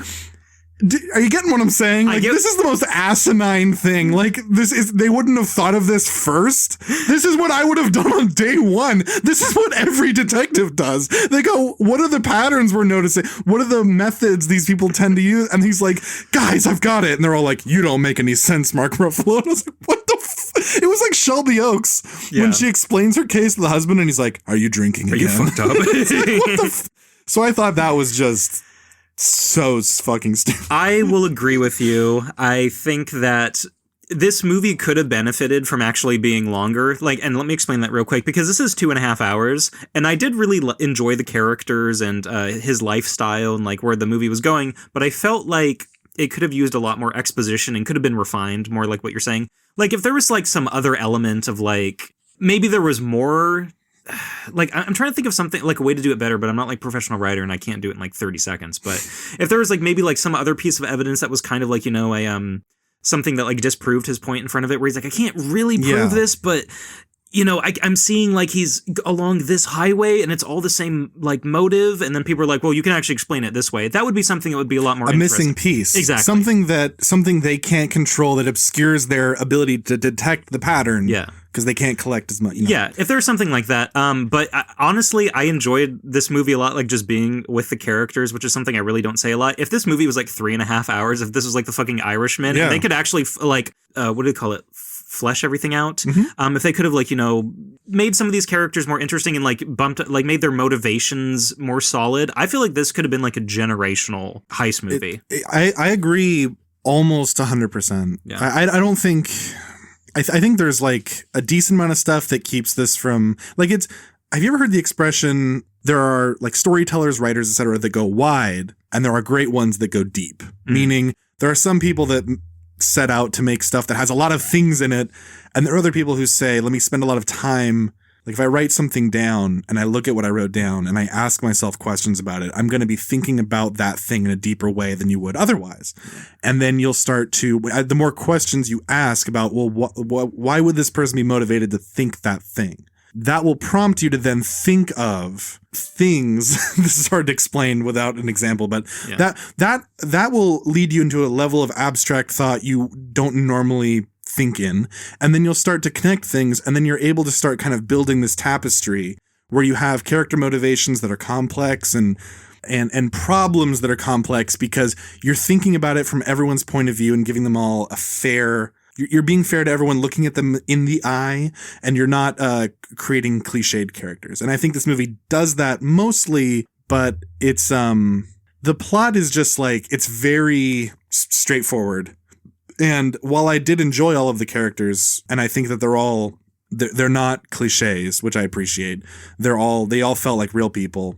The Monica Barbaro's character, she's the girl, but like Heat, Michael Mann, which I do love, the girl in that movie isn't just like generic movie girl. Like she has a personality. She's intelligent. You actually, and when you're just watching her and De Niro talk, you're not like, get back to the robbery. You're like, oh, this is also good. Yes. Yeah. This movie does achieve that kind of even enjoyment throughout where even when there's not action, you're still with it. But I don't think it really goes deep. It's cool. It's a cool portrayal. And I feel like I got a great teaser of like, if this was like a video, like if you did like a GTA, and I know that GTA 5 is basically Heat, I get it. But if this was like the first installment of a series and you were going to get more of this world, I would totally sign up. But, obviously that's not what it is. It's a movie. It's a one and done. And I don't know if there's enough in it to go back to. If there is an extended cut, I would totally watch it. I would love to watch like a 5-hour cut of this movie. Yeah, it's great. It genuinely, I mean, it could have been better as like, a mini series or something. I just remembered another Michael Mann connection because Mark Ruffalo was in Collateral. Yes. So there's that. That's the only thing I can really say. And he plays a cop too. Does different stuff. Different kind of. Well, I mean, actually, in Collateral, he does have that kind of same thing where he just like is just right about everything immediately, because in Collateral he's just like, wow, so this guy's going around and using a taxi driver to kill people, just like that one guy in a different city that I wasn't on the case on. And it's like, wait, what the fuck? Okay, pattern Ruffalo. Yeah, exactly. And I will say the last act of this movie, when the characters all interact with each other, because it is fractured at the beginning, because Halle Berry is playing just like an executive at a company. I was waiting. I was like, where is this going? Exactly. And like in the halfway through the movie, she actually like comes into play. And that was set up well to her motivations for why she does what she does. It could have been a bit deeper, but it was understandable for however long the movie, was currently. It's satisfying when you find out. Exactly. Because of when you meet her, what's going on, that does come back cleverly.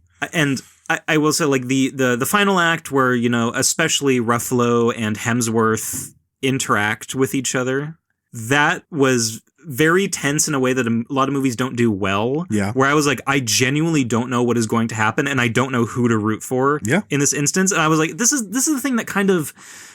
It frustrates me so much because this movie is good. I would say it is worth watching. If you have, like, nothing else to watch and you like heist movies, I'd be like, yeah, I would recommend this just as a blanket statement.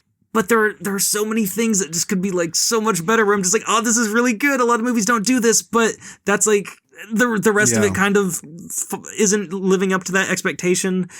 It's one of the most frustrating movies, but like in a good way this year, because there are some movies that are frustrating where you're just like, oh, this is one good thing, but mostly shit. This is mostly fine, but like one or two like really good moments.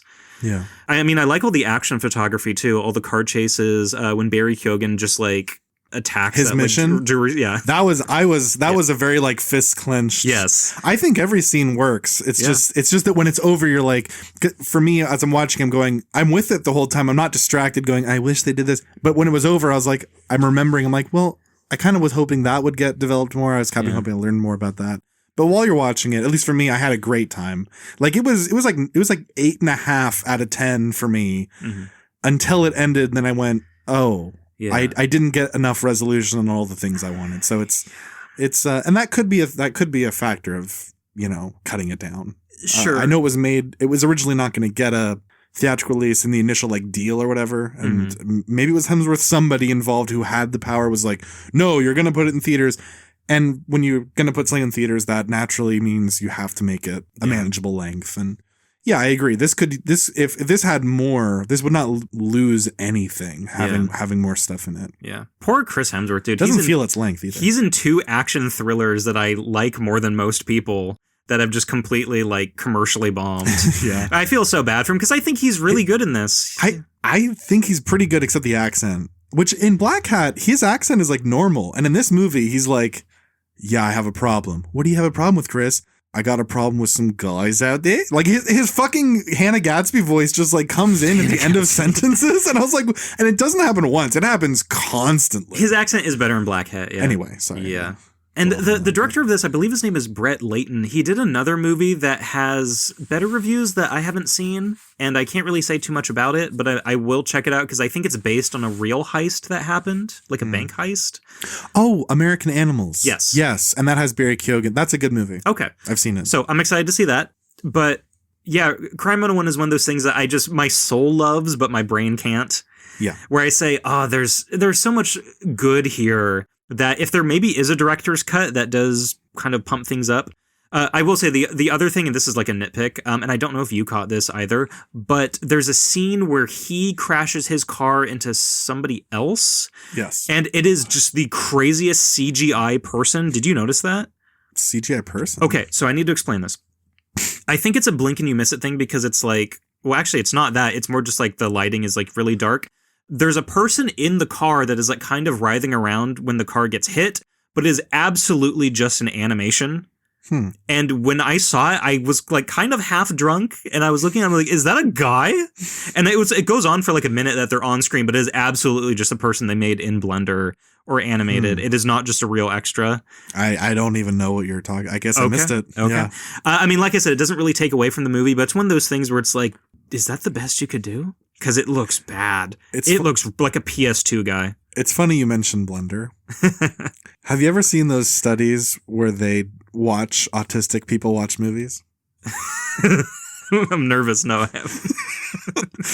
So there's one. I don't know what the movie was. It might have been like the Poltergeist remake. It was Black Hat. That was the same year, 2015. What? I think it was the Poltergeist remake. There was some movie where they did like a study where they had like autists watch it and they were able to like watch their eyes and tell where they were looking. Oh, no. And they were just looking at like the kitchen utensils and the blenders.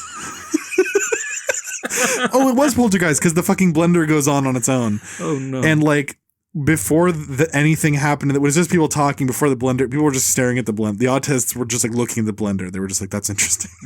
God, I'm never. And so you're watching the blender created man in the Crime 101 movie. You ain't beating the allegations. Is that what you're going to say? I need to kill myself tonight. This is fucked. God damn it. Anyway, it's a good movie. And here's the other thing. The criticism that we both share about like the, wanting more, that's also something that I think most people won't even have.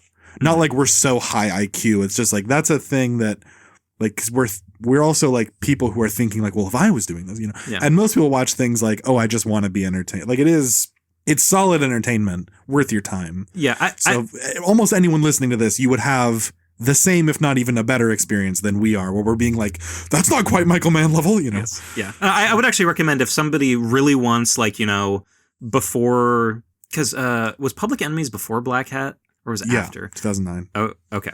If you're a fan of like good Michael Mann movies, or if you even think Black Hat is like actually okay, if you're in a Michael Mann drought and you're like Ferrari fucking suck dick and like Heat 2, I'm so nervous. Yeah. I would recommend it to those people specifically. I think most people would like this movie overall, being like, oh, it's cool. They might think it's a bit long, but honestly, if you like longer hype movies like Heat, that are like character driven, that have like actual interesting characters with motivations that aren't extremely cliche, I would recommend this to most people. I want to argue with something you said up top that I just remembered, because you mentioned the thing about Michael Mann and people comparing it to Heat. Yeah. And you said it's actually more like Thief. Yeah. Here's where you're wrong, though. Okay. This movie, one thing that did bother me, because I learned about this movie from people comparing it to Michael Mann and saying it's a Michael Mann fan film. And while I was watching it, outside of the actor connections, like I was like, there's really not that much that this movie shares with Michael Mann as a brand outside of crime in the city of LA. Yeah. Because there's like, if I made a mob story, it's not like, oh my God, it's basically like a Scorsese. Like, well, there's tons of mob things that aren't stylistically Scorsese. Sure.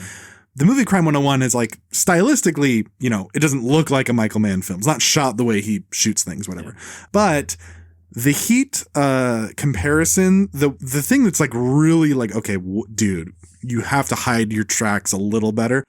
The fact that the Nick Nolte character, which is basically the John Voight character, gets the loose cannon guy to do the separate job, like that plot idea and the way it's introduced and who those characters are in relation to each other and the other tangential people, that is directly copied from Heat. And not in a way of like, you made a space movie and space is Star Wars. Like, no, it would be like, well, I made a movie about a guy in a desert planet who goes to, like, you're taking too many. So that did, that was me sitting there like doing the Leonardo DiCaprio snapping finger. I'm like, you're too many times in the same cookie jar there, buddy. But I kind of got irritated by the Michael Mann comparisons when I actually finally watched the movie. I'm like, this is like a low IQ. People just like, it's just Michael Mann. It's like, well, no. Like, did you think about it for more than a second? Like, you saw like two parallels and you just like, snap to it. Not that I'm saying you did that, but that's a thing that just I had to get off my chest from like, okay, internet, shut the fuck. Like, every single like review, anybody talking about it, they go, well, it's basically, it's going to be in the first two breaths. Sure. Like if you won the Pulitzer Prize, it's going to be in the first two sentences of your, eulogy or obituary. Thank you. Like the obituary of Crime 101. It's like, it's basically Michael Mann. It's like, okay, guys. Yes. Like, can we think a little deeper than just making the most, straight line? Yeah. I also liked that RTJ2 was in the movie. RTJ2. Robert Downey. No, who RTJ2? What are you talking about? That's pretty Robert Downey Jr. RTJ2, you don't know what I'm saying? No. Real ones know what I'm saying. It's an album. Run the Jewels? When Barry Okay. When Barry Keoghan's character is introduced, he's listening to okay. So okay. I see. I do like how Barry Keoghan, like, I do love the dichotomy of just like, Chris Hemsworth is just like, all right, so I put a tracker on the car, and while I disabled the camera because I knew where the drop was going to be earlier, and I'm going to put a gun at you, and then you're going to give me the diamonds, and while you're like zip tied, I'm going to drive away. I'm just like, that's very smart. That's like Anton Chigurh level. I know everything is going to happen. And Barry Keoghan walks into like this jeweler with his fucking like helmet on with a hammer, and he's like, get me the fucking money right now, you dickhead. And I do like that. Yeah. It is genuinely like, just the comedic aspect of the dichotomy of them is pretty good. And it's tense because you're like, if he gets caught, the whole fucking jig is up because he's going to squeal. Yeah. Everybody is giving a consistently good performance in this, which is why it just hurts. I've never understood the Barry Keoghan hate. People just, and way before Sabrina Carpenter and him broke up, like when he was kind of introduced to the world with like 3 movies in a row with like Dunkirk and Sacred Deer and American Animals, like, people are just like, this guy's weird. And I'm like, he's an extremely talented actor. He's good. Yeah. I really don't understand people hating on him. Yeah. He's never bad. I mean, he's been in things that are bad. In Banshees, when he said that line, it made me cry. I was just like, damn, he's so good. What line? I've only seen it once. When he's hitting on the girl, and she's just like, I don't think I'll be dating you. And he goes, well, there goes that dream. I don't remember that. It's better in the context of the movie. I remember that scene. I don't remember that. I'd have to rewatch it. He's good in it. He's very sweet and heartfelt in it. That it just crushed my heart. Yeah. Yeah, no, he's a great actor. I don't care about that Sabrina Carpenter shit, but he's in one of her music videos and he's just beating people up. Oh, yeah. He's like a boxer. He's like a bare knuckle boxer. He's a boxer in real life. Yeah. Props to Barry Keoghan. Yeah. He was a terrible Joker. Did you watch the Batman? You didn't see that. Yeah, well, he's only in like the ending scene, or is he in the middle? He's in the middle. Okay, he's in that middle scene where he just goes, ah, and they're like, oh, are you a joke man? He's like, I need to ask you some questions. He's like, why would you? And you're like, dude, no. It's not. It's better than Jared Leto. Of course it's better. Well, I don't even know. It's at the very least a horror. Like, it's not in the S, A, B, C tier. I mean, Leto's F. Keoghan's might be D. Oh, okay. But it might also be F tier. His look is better than Jared Leto in the movie. With his like fucked up teeth. I guess, yeah. Yeah, I mean, it's just better than having the damaged fucking tattoo on your forehead. The chud ass look. It's the worst thing. I mean, it's one of those things where it's like he can never be the bottom because Jared Leto exists. That's true. Yeah. That's true. There's yeah. He can never hit the floor. The floor is Leto, and you'd have to do something really creative and to beat that. Yeah. I do love Paul Dano in that, just being like a fucking like 4chan incel terrorist. That's one of my favorite Riddler portrayals. You saw yourself in that? Yeah. I almost bought that fucking, because it's a cold weather mask. There's a good military surplus store called Commando Store, and like up into the movie they said you can just buy this. Like this is just a real thing people can buy, and it's sold out. I almost bought it too because it was like kind of like not expensive. It does look cool. It is awesome. Yeah. Yeah. So that's you're probably on a list if you buy that. I've definitely bought stuff from their store. Yeah. Damn. Speaking of mind-numbingly, I saw The Bride. I also saw The Bride. And wow, I almost joined you for this, but I was like, my sleep schedule was so fucked. I'm like, I can't do it. Oh my God. This might be one of the worst things I've seen this decade. It might be the worst. It's easily worst movie of the year for me. Yeah. And it's in the contender, like worst of the decade for me right now. It's like, it could be The Bride. It could be Blonde. It could be House of Gucci. But I mean, this is Apple. We're splitting hair. Like it's absolute Z tier. What the fuck did I? This is one of the few movies I've ever walked out of a theater for. I don't think I've ever done that for a theater.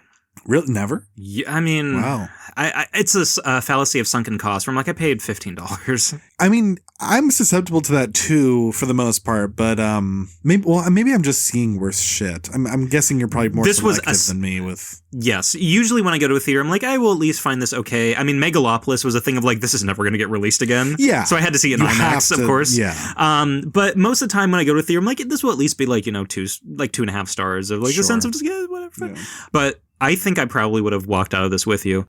This is the most jarring start of all time because Mary Shelley's like ghost spirit is just in like black and white, and she's like speaking in this very like archaic tense, which is like 70, and you're like, what the fuck is going on?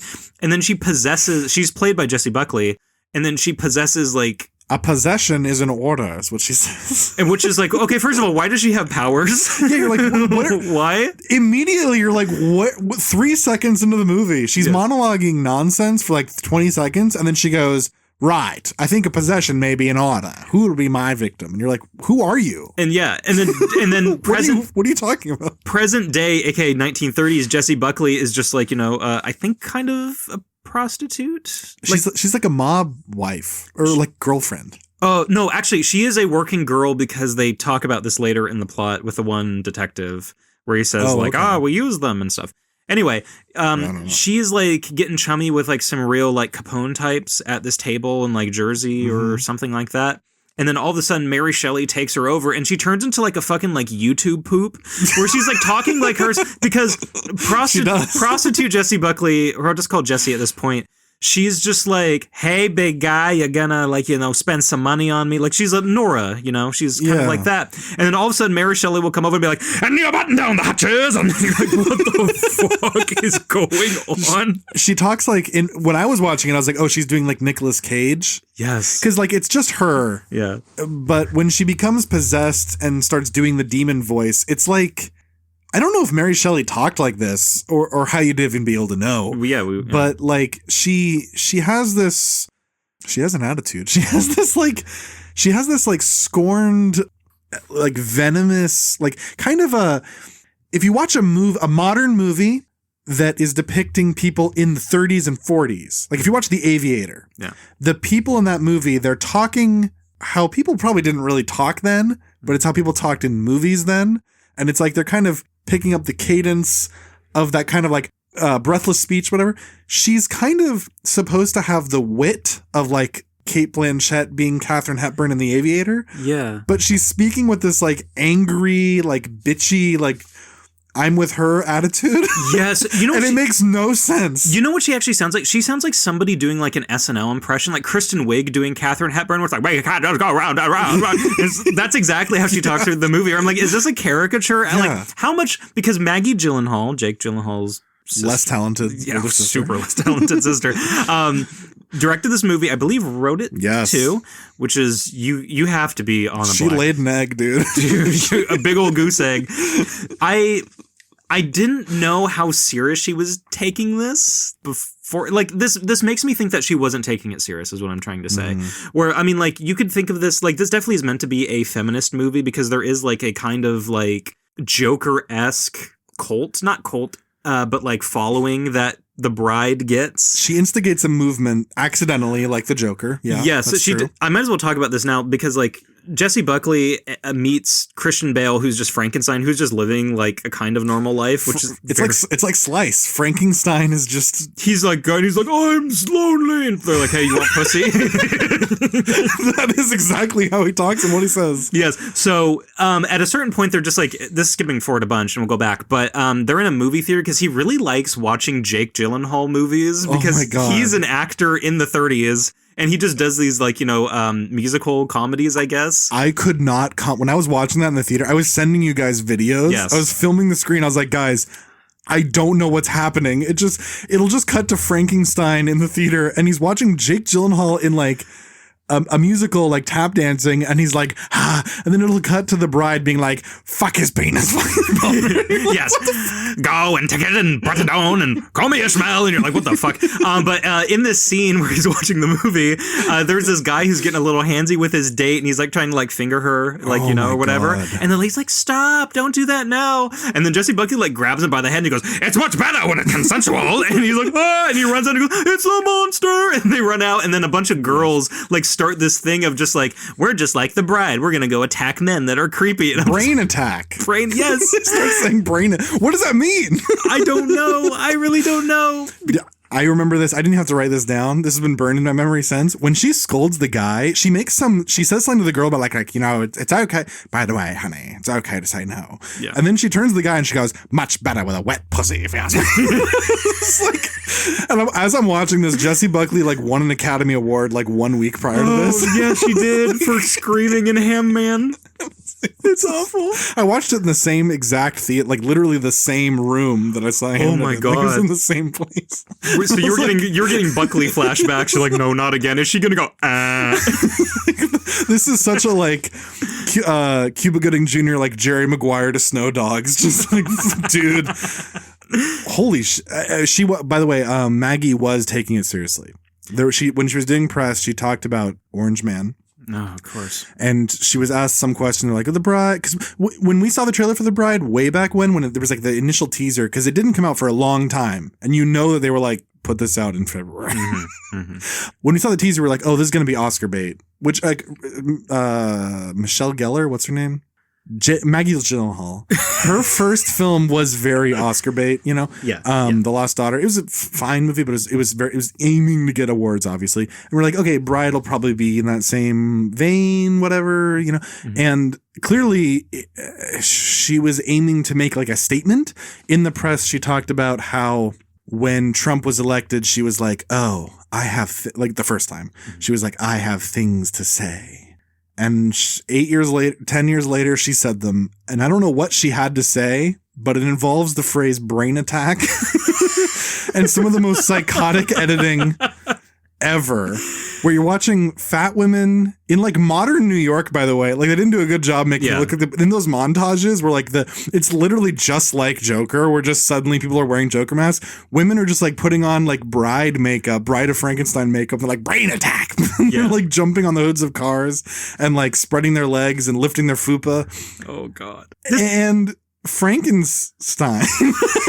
I don't understand what happened. So what were you going to say? I was going to say, this does feel very dated. Like, this feels like a 2017, 2018, He Will Not Divide Us, Me Too style of movie, like Promising Young Woman. This feels exactly like that in terms of tone and what I believe the director was trying to accomplish and get across. I don't know if this was just...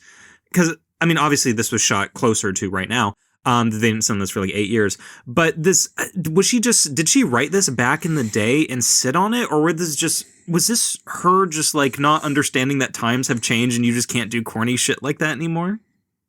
I don't know. Maggie's I'm thinking mind about it. I don't know. Is like a tesseract. It folds in on itself. It's recursive. I think, this thing could have been thought of 20 years. Like this could be in development forever. There's no way of knowing really. Mm-hmm. But she, based on the way Maggie presented herself in the press tour, she clearly, she lives in a bubble, and not even like a Hollywood bubble, just like a worldview bubble. I think she lives in like Bushwick or like, she lives in New York with her husband, Peter Sarsgaard, who's also in the movie. Oh, that explains why he's in the movie. Yeah. Okay. And they probably, I would assume their social circle is people who are like, oh, well, as you know, we're living in, Nazi Germany.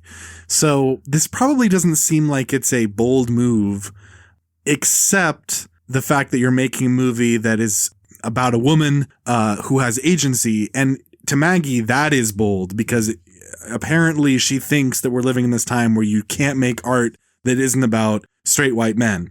Even though every single movie is the gayest thing ever, that is like trying as hard as possible to tell you that it's not trying to appeal to straight white men. Like literally every time a tentpole movie comes out, the people doing the press, unless it's like One Battle or Oppenheimer, they're like, psst, actors, do not fucking ruin the like audience.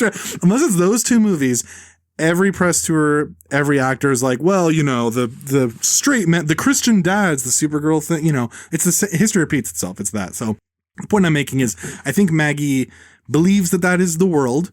And I think that she thought that this movie was a clever, like, not satire, but like a spitting in the eye of Trumpian attitudes in film, even though they don't exist. It does feel like that. Where you're watching it, it's like going to school and like the kind of nerdy kid who's generally nice and not even beat up on just starts telling someone off one day and you're like, that guy never did anything to you. Yeah. That's kind of how, and it's embarrassing. And he's not just telling him off, he's like screaming. That kid who goes like, I fucking hate you. That kid, it's like that video. You're like, buddy. This is not the place. Yes. This is not the time. Refine that a little bit and maybe people will listen to it, but now you're pooping. Yeah. Yeah, I really do hate when movies are kind of like a time capsule of like critiquing a certain leader in power, barring the ones that are literally like about like a dictator, like, about like Pinochet or like anyone around the world. Like that is specifically that instance. But when it is like using like some artistic shorthand to be like, oh, like, for example, the one you told me that fucking broke my brain, is it Defy Bloods where you go, we're going to make America great again? Yes, the villain. Yeah. That's, that thing, I just can't stand that. That is so fucking corny. Spike Lee is just a burnt midget and he sucks anyway, but stuff like that, I have no tolerance for. I find it the worst thing you could ever do as a filmmaker. Maggie's a burnt turtle. Oh, she looks like a turtle. Somebody made a really funny joke where it was just like, because she was in like The Dark Knight or something. Yeah. And somebody's just like, if Joker took Maggie Gyllenhaal, tell that I don't care. I will not spin the block for that bitch. Yeah, they replaced, Tom Cruise's wife. Katie Holmes. Yes. Who's not a great actress, but is like attractive. Yeah. And Maggie Gyllenhaal is also not a great actress, but is not attractive. Yeah. And they replaced her. Of all people, Maggie Gyllenhaal, has she ever been good? She was fine in Donnie Darko, but her job in that movie is just to literally be Jake Gyllenhaal's older sister. Respond to him, yeah. Like, she's just... Maggie, you don't have it. I know she has her own career with, like, acting, and some people do like her, but she does seem like a Nepo baby. Are they Nepo babies? Or do you mean because of Jake? Because of Jake is the reason why she gets any career traction. Isn't she older? Well, maybe that doesn't matter if they're only a few years apart. I don't know. He's obviously the more famous one and more talented, and even younger. He was in October Sky and Donnie Darko. He had that thing where it was like, oh, this guy's going to be a movie star. So maybe she rode the coattails. I don't know. I mean, I guess. I mean, I would. It's not that I'm holding it against her because I would absolutely do the same thing. You know, like if if my brother and I got like famous together, but his career went like in a completely like positive direction as like an actor, and then he was just giving me roles and shit and like bankrolling my movies and appearing in them, I would absolutely do that. You'd make the groom. The groom. Who would we be making fun of? So this is the thing. It's like there's a. Oh, yeah. Okay, let's workshop this. So there's a reanimated female corpse, and she wants some fucking... Okay, wait. I know what we would make. Sorry, go ahead. and she wants some that dick. It'd be like Kill Bill Volume 1. All the stuff that happens off camera in the hospital. No. And the groom would just be saying, this is fucking awesome. That's why he's called the groom. Oh, that's what yeah. My name is Buck and I like to fuck. I'm the groom and I groom. Can we make that as a trailer on the YouTube channel? Absolutely. That would be one of those like AI generated trailers for like Kill Bill 3. But it's just the reverse. Fuck. Sorry. I don't want to throw you off, but I do want to make mention of something. Okay. I talked about somewhere that Penelope Cruz, when she's speaking Spanish, she's great. And when she's speaking English, she can't act. Oh my God. She is playing Gal Gadot playing Penelope Cruz in this movie. She plays just real quick. She plays the detective who Frankenstein and the bride are wanted, and they are pursued by two detectives. And the movie fakes you out because it introduces you to Peter Sarsgaard of September 5 fame. And he's like the main detective and his assistant is Penelope Cruz. But what you find out is that he's just the show detective because she's the brains. Mm-hmm. Even though she talks like Melania Trump and can't like get a thought out. She's like, that is right, mansplainer, investigate the man. I will be solving the crime.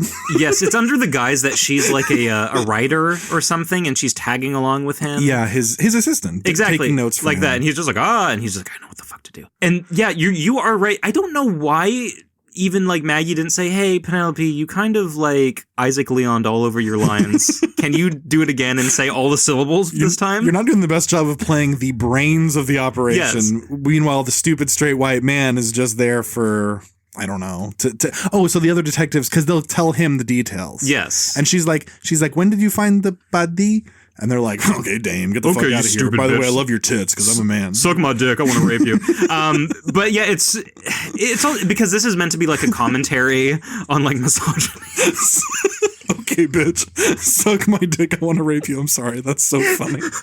That's crazy. Cop saying that in front of other cops. It's also funny having seen it because that is the attitude they have. They're like drinking coffee at the crime scene. Like, okay, I'll fucking rape you, you stupid beaner. Well, do you remember the...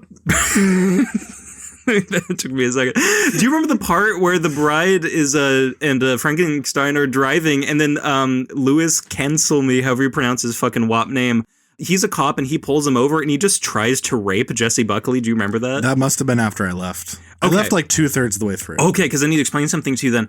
So they're basically following all of the show times of Jake Gyllenhaal's actor. Like they're playing like movies. They read the paper and they're like, I'm going up to Niagara Falls to watch this and this. That's the entire plot. They're just Letterboxd users? They absolutely are. They super are. And they deserve the same fate as every other Letterboxd user. But there's a part where they're driving through and then something happens where like Louis Cancel Me, who's the guy from The Irishman, for people who don't know who that is. And he's also in Killers of the Flower Moon. Oh, yeah. He's an actor that people go, oh, that guy. He's a cop and he pulls him over and like Frankenstein's like pretending to be asleep. He has like a blank over his face and then Jessie Buckley's like, sorry, that's my uncle. He's sick. And he's like, fucking okay. Can I fuck your pussy? And he makes her like step out of the car and he's just like, I'm gonna like pat you down. And then he's like trying to like finger her and he's just like, don't say a word. I'm gonna fuck you, bitch. And all that. And it's like, first of all, he doesn't really have a reason to do this. It's very like out of nowhere, like Nick, sexual all assault. Men will rape all women if given the chance. I guess so. This is Trump's America. I guess, according to Maggie Gyllenhaal, who definitely has never been sexually assaulted based on her looks. But then he like tries to touch her and then Frankenstein's like, oh! and he takes a gun and shoots him. And this is the scene from the trailer where you see the cop fall in the field, and it's like an extreme wide shot, and it looks like it was shot in a different day, week even. Okay. But yeah, he shoots him, and then like the other guy gets shot, and then they're just like, oh, we gotta drive away. After this, I mean, we've glossed over a lot of the plot, but basically they're just on the run like Bonnie and Clyde. I don't even think we have glossed over. The only thing we've glossed over that I can think of is just the sequence of Frankenstein talking to Annette Bening and being like, I want a bride. And then they're like, we turned on her body. She's the bride now. Between that, they go to a party with Jake Gyllenhaal and they pretend to be like waiters. And then Frankenstein is like, I love doing that movie. And then he kind of rebukes him. And he's like, whatever. And then they like shoot a cop somehow. Yeah. Oh. Mary Shelley is like not Magneto. She's like Professor X, and she takes over the bodies of like 20 people and makes them start dancing. Yes. And they do the monster mash. Dude. And then Jake Gyllenhaal, who's like, he's Ronnie Reed is his name. Okay. I don't know how I remembered that. That's insane. I didn't look at any notes. That is just a pull from in here. Ronnie Reed, who's like at this Hollywood premiere party thing, he gets possessed himself and he starts shaking. And that gif, if someone can make it, of Jake Gyllenhaal having to act being possessed to do the monster mash and looking down at his arms going, stop doing that. That is the lowest point. That deserves a Razzie. Yes. Just that moment. I was watching that. You can tell that in his mind, he's like, my fucking sister and her fucking husband. I will never hear the end of it if I don't agree to do this movie. My sister has blackmailed me strangling a prostitute and making me do this movie. Jake Gyllenhaal, what happened to you, man? You had the best career up to and including Nightcrawler, and then you were like, all right, glass full of cum. Fucking a hose full of cum constantly in his mouth. Anyway, yeah, she possesses him, then the party. But you were saying, yeah, and then after she shoots the cop for some reason. She shoots the cop, and then after this, I forget exactly where this happens, but they have a shootout, and who is it? One of them dies, and they take him up to Annette Bening. They drive back to New York, and they're just like, "Hey, can you do it?" And she's like, "What the fuck?" And the police follow them to her in like evil workshop. And at this point, I believe they shoot Frankenstein and he dies too, but they're both on like the reanimation table. Mm-hmm.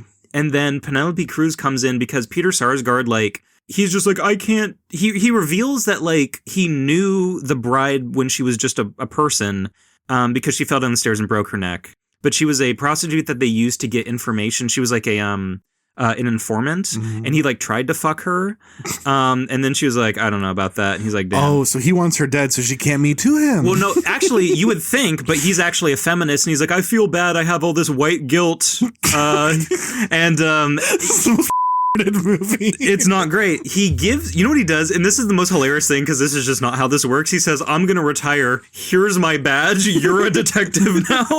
To Penelope bride? Cruz. Oh. And it's really funny because you can't gift your badge as a cop. This isn't like a transitive property. I'm a licensed marshal, but you can have it now. It's not like deputizing. He says, you're a cop now. And then so Penelope Cruz, he just like kind of fucks off out of the movie. Penelope Cruz drives to the end of the movie and goes up, and the police are about to like, shoot them again. And she goes, gentlemen, I am your commanding officer, and I demand that you like stabilize the scene. And they're like, okay, woman, and shows her the badge, and like, God damn it. So they just have to go outside, and then all of a sudden Annette Bening and her weird like assistant, who's like a goth woman, but like not in a realistic sense in the 1930s, are just like, okay, we got to reanimate them, and they turn the thing back on and they come back to life, and the movie ends. Like Rise of Skywalker. Yes. Who are you? I'm Ray Frankenstein. What if she said that in the movie? And they're like, what the fuck is Frankenstein? This is space. This is Tatooine. What is Frankenstein? Who are you? The bride who?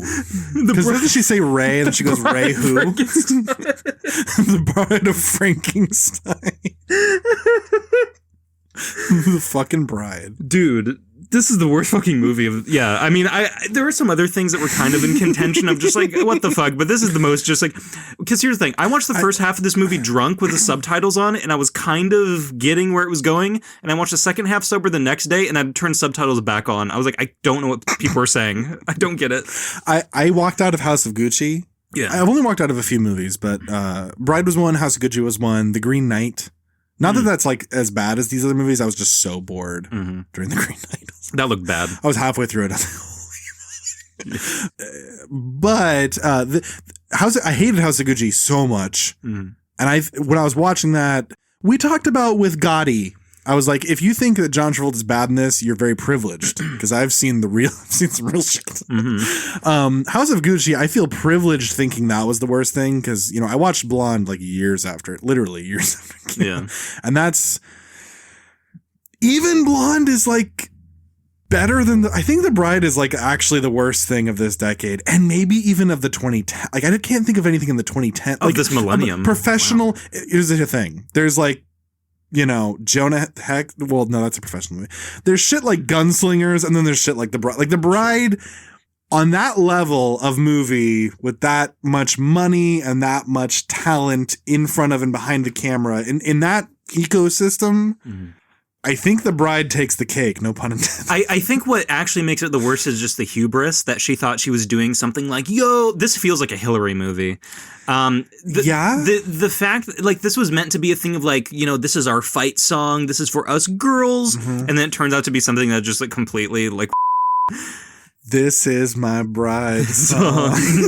My Frankenstein song. It's pretty good. Fuck yeah, no, I would agree. I think the fact that it took itself so seriously is what makes it the worst. When you have something like Jonah Hex, which is just like studio butchered it. And also just... Jonah Hex is fun. It is fun, and you can get enjoyment from it. This was a thing where I'm just like, I literally cannot tell what is going on because Jessie Buckley is talking like she has marbles in her mouth. I think it's oh my God. I think it's not only deeper, I think it's like way deeper because like with Jonah Hex, like I didn't know what was happening to Jonah Hex, but there's still like I was able to watch it. In fact, I spent like 7 hours watching it because we kept rewinding. Yeah. Like with The Bride, like it was so painful. I haven't even seen the whole movie. It's just because like, yeah, you don't know what's happening and the acting is unbelievable. I don't know what's happening with the performance. I don't know what's happening with the location. I don't know what's happening with anything. Like it's a new level of like, this is just inherent. The DNA is so raped, like Prometheus style. You know what I mean? Yeah. I remember when I saw this, my Letterboxd review was that this is like Joker 2 meets Blonde, and then it got vaxxed. Like yeah. That is, yeah. And I'm not like a, you know, hopefully you get the joke, people. But anyway, it's like, it really is. It's like the chromosome, the cell at a cellular level. Yeah. It is broken in a way that like, I really struggle to think of anything. Like Blonde is also broken in similar ways, but I think this goes even further because the Hillary thing, like that's super obnoxious, but there's so much else wrong with it. Yeah. Everything. Christian Bale, terrible. I've never seen this guy be mid, and this is terrible. Yes. How did they get him to do it this bad? You know what I mean? I don't know, because when we did the David Ayer episode, I watched Harsh Times, and that movie stunk, but he was actually giving a decent performance where I said, you put an effort. And I guess physically, you know, he's dancing and he's also like doing a voice, which does wear on you after a bit. Sure. But he's just bad. I mean, I don't know. I can't even really articulate it. I mean, if the entire movie is him going like, "Are you my bride?" I mean, you can say that's a script and all that, but it's like, it's up to him. He does have the gravitas to be like, I don't want to do this role because I don't have to. Sure. Or be like, hey, Maggie, baby, darling. You're a dumb woman. You can't direct a movie like this. You can't have just like us be Bonnie and Clyde but Frankenstein. Yeah. You can't do that. On my scale of like where I can give points even to minor shit, like this would get less than a 5. Yeah. You know? Like it's a miss in every way. Christian Bale is like one of our best actors. Not even just male, like just the people who do acting. Like he's one of our best living actors, and like it's a flat line. Annette Bening is like pretty great in everything I've seen her in. I haven't seen everything she's in, but like flatline. Like every single member of the cast is terrible. Every single scene is unbearable. Mm-hmm. It's torturous. It's torture. Yeah. It's actual torture. If you aren't drinking to this, you will have a bad time. Maybe I would have gotten through it if I'd been drinking. I did see this at like 3 p.m. It's kind of a crazy time to watch this, yeah. On a weekday. I was just like, I don't have to work today. I guess I'll see The Bride. Oh, no. One of the worst decisions ever. You should have gone into work. I should have just worked for free. I should have just gone in when they were closed. Can I come in and just work for free, please? Yeah, can I pay you to work? Yeah. Brain attack. Well, Nick, this is the first of several movies we'll be talking about in this series of timely discussions where I watched it based on someone else's recommendation, at least someone else involved in the show. And it was you. You recommended a movie called Cloud on a previous episode. Yes, directed by Kiyoshi Kurosawa. No relation to Akira Kurosawa. Okay, I thought I saw that name somewhere on Canopy or something, and I was like, "There's no way that's Akira." You know, he has a lot of stuff on Canopy, but over here in America, he does get his flowers by people in the cinephile or horror crowd. Famously, he did a movie called Cure, which a lot of people say Longlegs ripped off. Yes. And is a movie that I like quite a bit. I remember you telling me about that. He also did a movie called Pulse, which has a really scary scene in it. The backwards girl? The lady walking in a very strange way. He also has a lot of movies that people like that aren't horror movies. There's one called Tokyo Sonata, which I think is a very interesting and heartfelt movie. He has range. He has really good range. He had a film at Cannes this year called The Samurai and the Prisoner. I think it's been getting from the Cannes crowd kind of mixed reviews. It's like a 3.2 on Letterboxd, which doesn't matter. But he is still making stuff. He is considered one of the top dogs in Japan. He is actually the reason why Resident Evil exists at all. He did a movie in, I believe, 89 called Sweet Home, and it was one of the first video game movies ever because it got released alongside a video game for the NES. Mm-hmm. And it was funny because he made it with a guy who was also another famous Japanese director named Juzo Itami, who did Tampopo, which is a movie that's on a lot of pretentious people's lists. I feel like I know that name. You've probably seen. I'm not fronting when I say that. Yeah, no, I mean, it's one of those things that if you know a lot about foreign film, you probably go, oh, I've heard about it, if not seen it.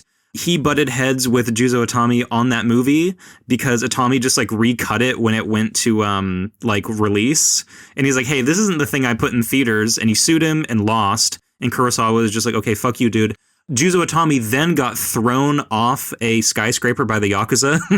Whoa. And it was actually considered a suicide for a long time. And he didn't make it? But I believe it was Jake Adelstein, this American journalist, interviewed a Yakuza in the 2000s. They're like, oh yeah, we fucking killed that guy. So Kurosawa ended up on top. He's the big dog. A lot of people love him. He basically mentors a lot of Japanese directors. Yeah. He's kind of the current GOAT, I guess, for a lot of people in the Japanese scene over there. I've seen a lot of his movies. I think he is consistently good. I love his lighting choices. And I believe, is this your first Kiyoshi film? It has to be because I didn't know who he was. Okay. You told me about Cure. I remember back when he first talked about Longlegs, before we even had the podcast. I remember you told me about Cure because you're like, everyone's saying it's ripping off this thing. And and I remember that there's that girl, and I remember that they filmed her walking backwards and then rewound it. And they were like, can you recreate that? Because it looks obviously weird when you... And that is a terrifying... It's really good. shot. So I'm familiar with his work in that regard, but this was my first experience actually intentionally watching something of his.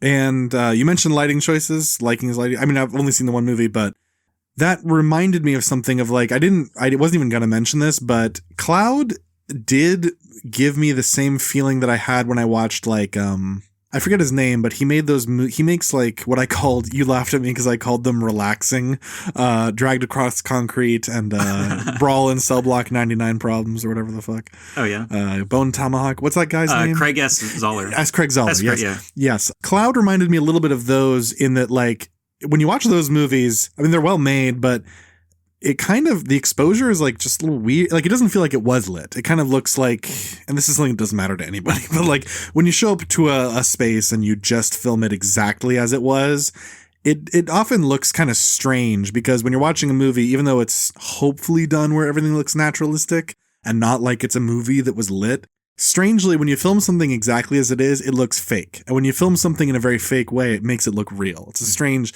and when I watched Cloud, I was like, oh, this is one of those fake type looking movies where there probably wasn't even much care of making it quote cinematic because the camera is always just kind of a static shot, but there's a lot of coverage, so you have a lot of editing choices of watching somebody methodically do a thing.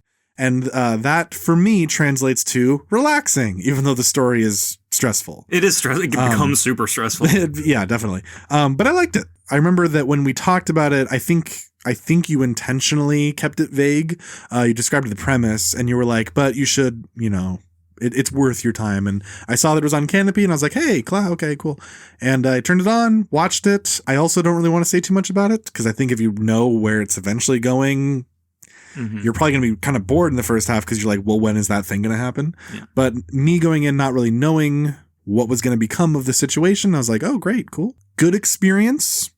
I'm curious to watch, what's it called? Fucking backwards? Pulse. Yeah. I'm curious to watch that and see if it's awesome outside of that scene, or at least in my opinion, awesome outside of that scene. So, had a good time. I would also give the foreign film cosign. I would say that you have to be patient for this one, not because of the foreign language, but just it is a very slow, like extremely deliberate, like no frills, no artificial frills kind of thing. So it's not everyone's cup of tea, but it's a good like Saturday afternoon, dinner is in the oven for the next 2 hours. It's a slow cooker movie, literally. A literal slow burn. If you have a pressure cooker, I don't know. If you have a crock pot on the counter, throw on Cloud, and then when it's over, you can go get your beef out of the crock pot. Yeah, I would agree. I think it's smart to not say a lot about this movie. He reminds me a lot of Michael Haneke in his directorial choices of stuff that seems very sterile and not a lot of non-diegetic music. Yeah. And I do like that. I like him more than Michael Haneke just in terms of like actually output and stuff that lands for me. It's just more my jam.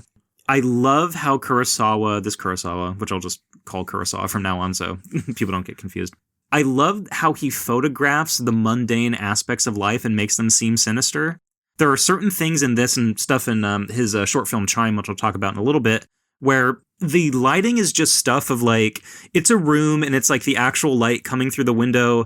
But you get this like sense of dread that you need to like leave immediately. There's a shot in Cloud, and out of context, it'll make no sense, but he's sitting on the bus, and as he's sitting there, someone gets up behind him, and the camera just kind of like moves to the right in a way that's very stilted, and it's like, oh, well, you shouldn't do that unless you're doing it deliberately. Yeah. And it just made my skin crawl. I was just like, what the fuck? That's a very Polanski. Have you ever seen like pre-Rosemary's Baby Polanski movies? No, I don't think so. Haneke does this a lot. And Haneke is much more of a static shooter, jizz-wise, than Polanski.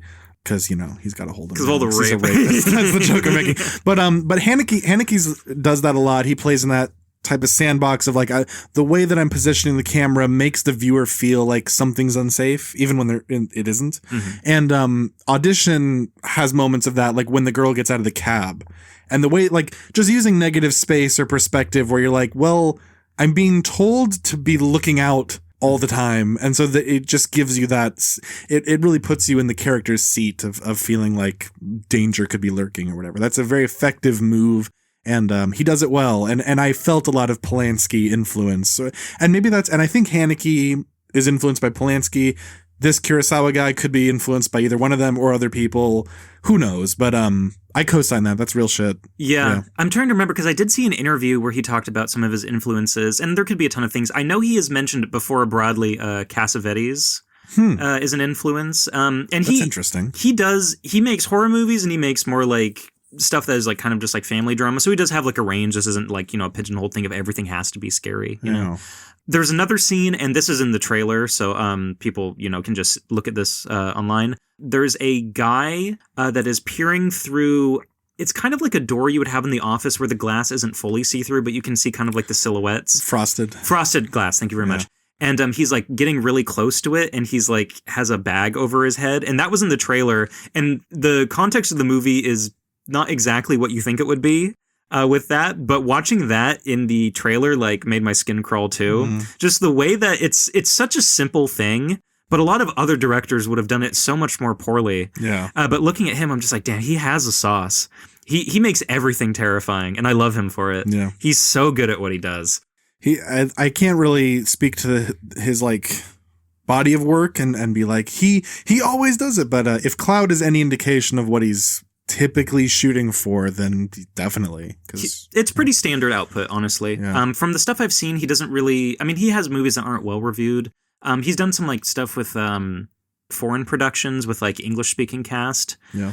And I think he remade one of his movies called Serpent's Path last year, and they're just like, why did you do that? But they probably gave him money. But his Japanese output is, in my opinion, consistently like, pretty good once he actually, got his foothold in filmmaking.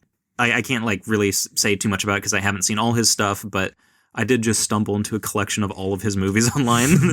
So I'm going to be going through that. I'm excited.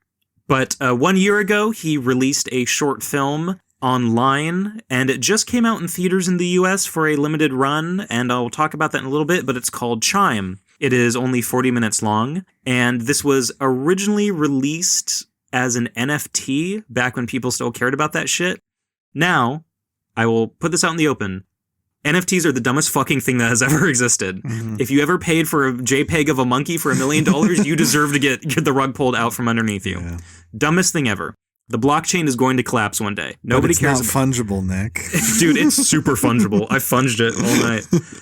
I don't know how much he had to do with this being an NFT. If this was a thing where they just said, hey, do you want money to make a short film? And he said yes. Completely fine. I probably would have done the same if they gave me a blank check. I don't think he is really like outspoken about that, but that is beyond what I'm talking about here.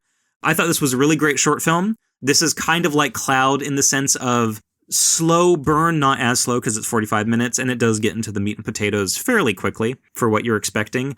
This guy is a culinary teacher at a kind of like a class that adults would take, kind of just like, I want to learn how to like, carve a chicken or do stuff like that, how to fry an egg or whatever.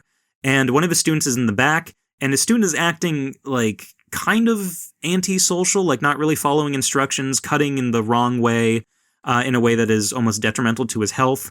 And then he looks at the teacher and he goes, I'm hearing the chime. And the teacher's like, what the fuck are you talking about? And then I don't really want to say too much about the movie, but it does instill the same sense of dread that you have in Cloud, that you have in Kira, in all his movies. It's same, if not higher than average output for what he does. Mm-hmm. I think it is worth watching if you can find it online. And technically, you can pay for it online and buy your own NFT of it. But that means that if you buy the file, that somebody can upload it online. And if you know where to look, you can get it. So, but no, Nick, it's a non-fungible token. Dude, so if you guys don't try to it's in the name. Don't funge this movie. Yeah. But you can super funge it if you just Google it. Yeah. It's out anywhere with good English subtitles. But anyway, point I'm trying to make is there are certain ways that characters react in this movie that sent a chill down my spine. And I can't say what it is without giving it away. So I think people should watch it. It's only 40 minutes long. The way I interpret this, and I'll speak broadly, but this isn't going to be a spoiler. I think it talks about the like psychopathy that people got after COVID. I feel like this is a very post-COVID movie. They don't mention this explicitly, but the way that people act in their day-to-day life that is almost insane, that's what I feel like this movie is a metaphor for. Okay. This is how I interpret that. And it could be interpreted in a lot of ways of just like people go crazy sometimes. Like I said, to say anything else would be a spoiler. It is a terrifying short film. It's one of the better short films I've watched probably in my life. So are you saying that you could funge this to Google Drive? I could super funge this. Interesting.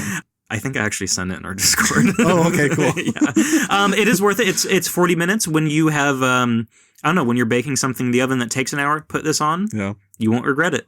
So you're saying when Cloud is over and then I try to pick up the pork and it doesn't fall apart right away, I go, fuck this. This is going back in the chime. Or whatever. Back in the chime. It's back in the chime and I'm going to watch Chime. Do you think it's not even supposed to be called Chime? Do you think he was trying to say something else because he's Japanese? Chime. Do you have the chime? Someone commented that Chime. I don't even know why they would say that. I'm just racist. Nick, I have to tell you something. Yeah. You know who Gus Van Sant is? I super know who that is. Can you tell the people about him? So Gus Van Sant did a movie that I think won the Palme d'Or called Elephant. Yes. And it's really good. And it's basically a, what would you call it? Like different... What if Columbine was sad? Sorry, go ahead. What were you gonna say? It is the same event through multiple viewpoints of a school shooting, and that's not a spoiler. based on, I believe, an Alan Clark short film from Ireland called Elephant, where people are just shooting each other for 40 minutes. Yeah. It's a little more than that, but it's a very good movie. Gus Van Sant has also made some other movies that I find pretty endearing, like Drugstore Cowboy with Matt Dillon. Yeah.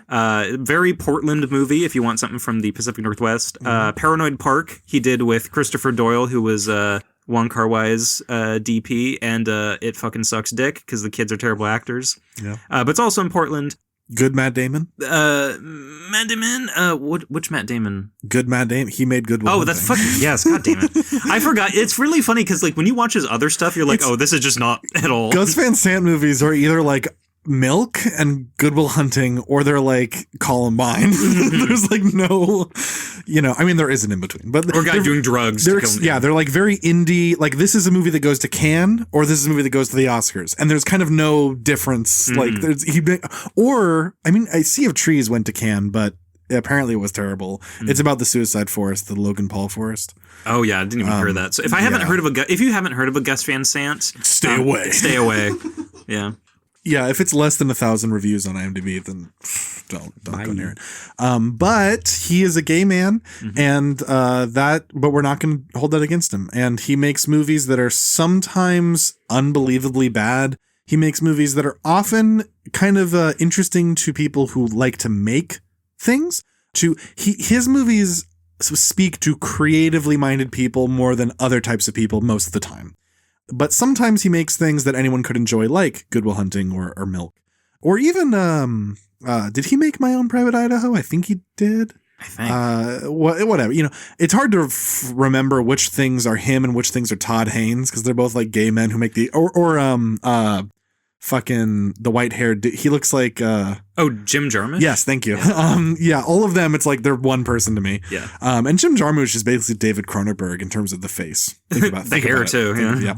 Point is, Gus Van Sant has recently gotten out of the slump of making slop, and I don't mean that in the gay way. I mean that in like the oh my god, because he made this movie called Promised Land with Matt Damon that's like just unbearably bad. Then he made Sea of Trees. Then he just didn't make a movie for like the last decade. But he's back with Dead Man's Wire, and I'm pleased to say this is a anyone can watch it movie. Oh, good. It's kind of like, I mean, this is such an obvious comparison.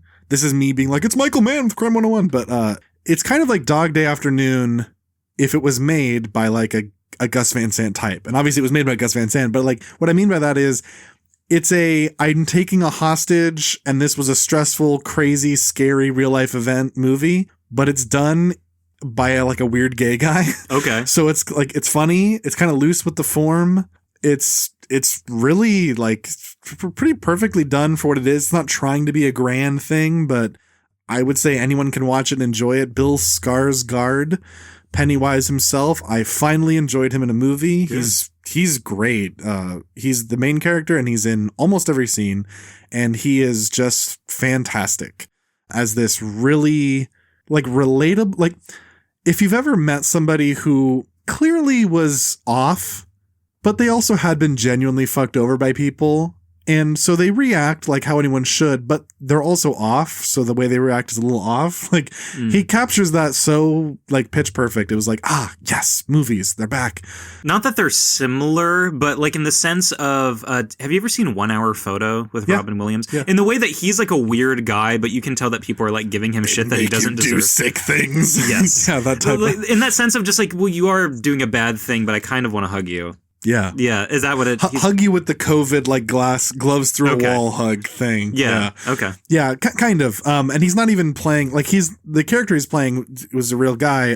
He is justified. Okay. And he's doing something we all wish we could do, where someone fucks you over in a legal way, but they know what they're doing and you know that they owe you. And he's like, fuck it. I have nothing left to lose. I'm going to take this man hostage. I'm going to wrap a chicken wire around his neck, tied to a shotgun, and with my finger on the trigger, so that if he moves, it pulls the trigger and blows his head off. Oh my god! That's why it's called Dead Man's Wire. Okay. And it's telling the events of this guy taking this hostage and how the situation went, and it had me scared that it was going to go a certain way, and I'm like, oh, please don't. But obviously, if it's a true story, it's like they're going to have to tell it how it happened. Yeah. Thankfully, the real life story turned out how most of these don't, and I was pleasantly surprised that it ends in a way where you actually feel very good after the movie. Like, even though the events are stressful, it's kind of a win-win, which I don't think is a spoiler to say. You won't see coming how it turns out. Okay. But it's a great movie, and anyone can like it, and spend your time on it. I've seen very few good movies that came out this year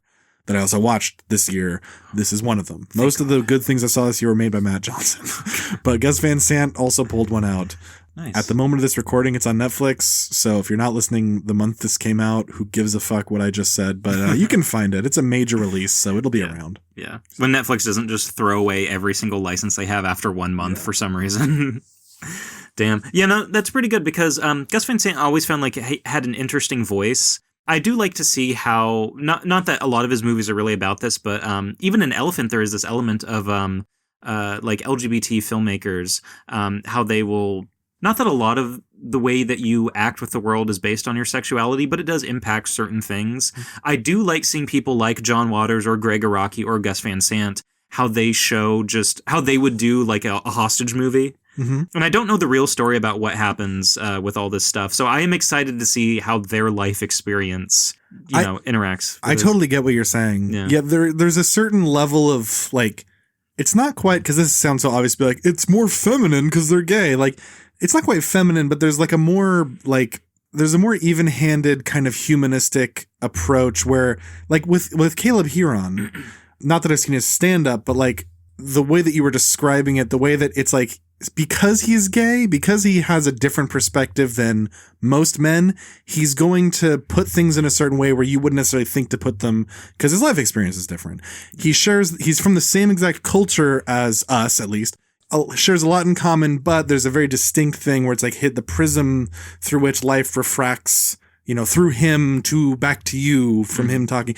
When gay filmmakers make like testosterone heavy stuff, they can't help, it seems, but make it kind of like poking fun at itself, and kind of, it feels, it's like you can have like a happy laugh with it. Like They can kind of go in darker places, yet you feel like a fuzzy feeling. Mm-hmm. Like that is a thing I've experienced for sure with the one Greg Araki movie I saw, which has darker material than most movies, but it's kind of nice most of the time. The way it's presented is different than how maybe a straight filmmaker would do it. Yeah, like it makes the subject matter palatable. I'm not saying the rape was nice. I'm just saying the movie, like, I have fun when I watch the movie. For the most part, I'm like, this is not, it's Kansas. Look at that. Yeah. Or even Elephant. Like, it's extremely disturbing, but it weirdly feels like you're watching a home movie more than it doesn't feel like a movie. It feels like real kids, Exactly. It's like something these gays can tap into. You're true. They know how to relate to kids. To right. No, I mean, to be serious, it is always interesting to see how somebody from a different perspective or upbringing or lifestyle will shoot what would be considered like a normal movie. Mm-hmm. Like, I mean, I want to see like Greg Araki make Heat. Wouldn't that be interesting? That actually would be fun. That would be actually. Oh, I would be night one in the theater IMAX watching that. Nick. Yeah. You mentioned Heat just now. I totally forgot. Dead Man's Wire stars none other than Al Pacino. In a couple of scenes. Yeah. He's only in a little bit. He's terrible. Oh, no. He's trying to do a Southern accent. Lordy Lord. If you thought that James Bond was bad doing a Southern accent in like Knives Out, you ain't seen nothing yet. Oh my God. Al Pacino, it's like watching Johnny Depp try to do the French accent in that movie he did a couple years ago. Like, it's like, no. Or Nicolas Cage do a Western. It's like, no, your voice does not. Pacino's in this, and he should have been in Heat 2, directed by Greg Araki. Honestly, if Greg Araki directed Heat 2, it'd probably be better than what we're going to get. Yeah. Even though the cast looks good, despite Adam Driver, I don't trust Michael Mann to pull that off, and he's about to rape one of my favorite movies. He's full of cum right now, and he's going to spray it all over us. Yeah. Damn. Al Pacino, there's a video online. Sorry, go ahead. There's a video online. I forget exactly what it's from, but he's doing like an English accent. Have you ever seen that?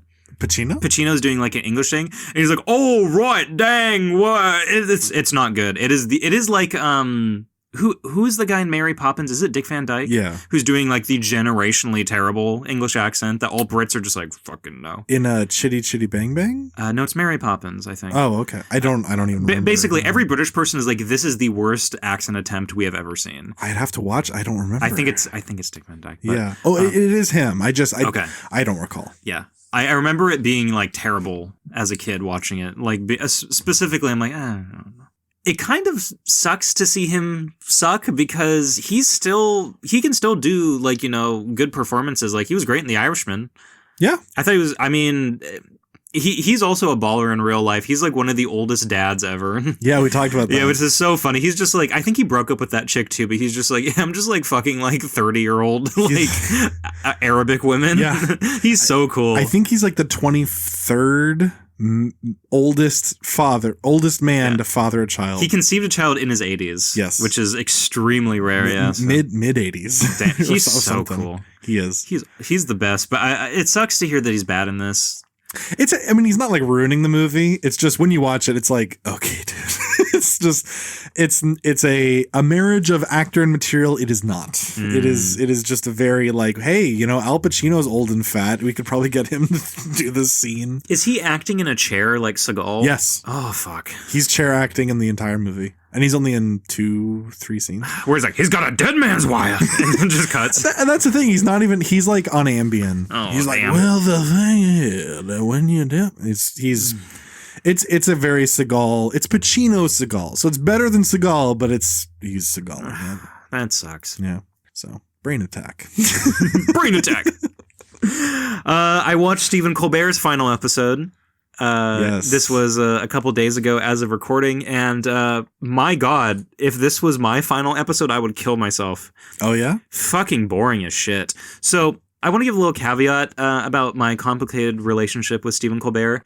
So back when I was getting like politically active, or I should just say aware, this was during the Arab Spring. This was 2011, 2012. I was probably like 13, 14 years old. That's a funny way to frame that time. This was during the Arab Spring. The reason why was because Jon Stewart was talking about it on The Daily Show. Yeah. And I was like kind of aware. Like I saw some of like the funny clips of him online and like, kind of the when YouTube had been out for like a couple years. And I was like, oh, really?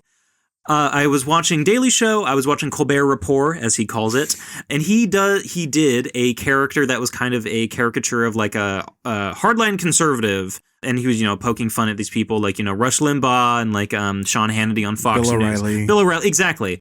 Stewart and Colbert were on O'Reilly several times, and it's really funny because O'Reilly like just fucking sucks and is always trying to like nail them. Yes. And you can hear O'Reilly's crew just laughing at all the guest jokes. I've seen that video where O'Reilly's like, he's interviewing Colbert and he's like, so you owe me money, right? And he's like, why do you say that? And he's like, because you're doing me. And Colbert's like, it's interesting that you see me. Yeah, see yourself in my portrayal. And his producer's like, there's also he was funny back then. He was pretty good. Colbert, I mean. Yeah. Colbert was also in a show. I think it was Strangers with Candy with like Amy Sedaris. And there's a really funny clip where she calls him the gay F word, which has aged very well.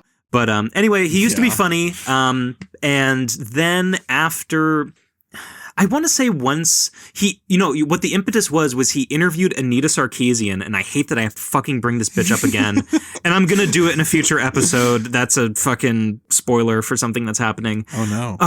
That Caleb is not ready for. But he interviewed her and he was a complete fucking gay F word about it. And I kind of lost a lot of respect for him because I'm just like, during his interviews, he doesn't really do the character a lot of the time unless he's interviewing somebody from Fox News, like Laura Ingraham. And he just let her walk all over him. And I was just like, dude, this is really the moment where you kind of actually have to interview and like ask tough questions. I know you're both actually liberals, but you need to say something. And then I started watching him less and less. I watched Jon Stewart more and more. And he was actually, regardless of what you think about Jon Stewart, he's an actual journalist. He is a guy who will go and research stories, and he can do a tight five. He's a literal, like, actual stage comedian.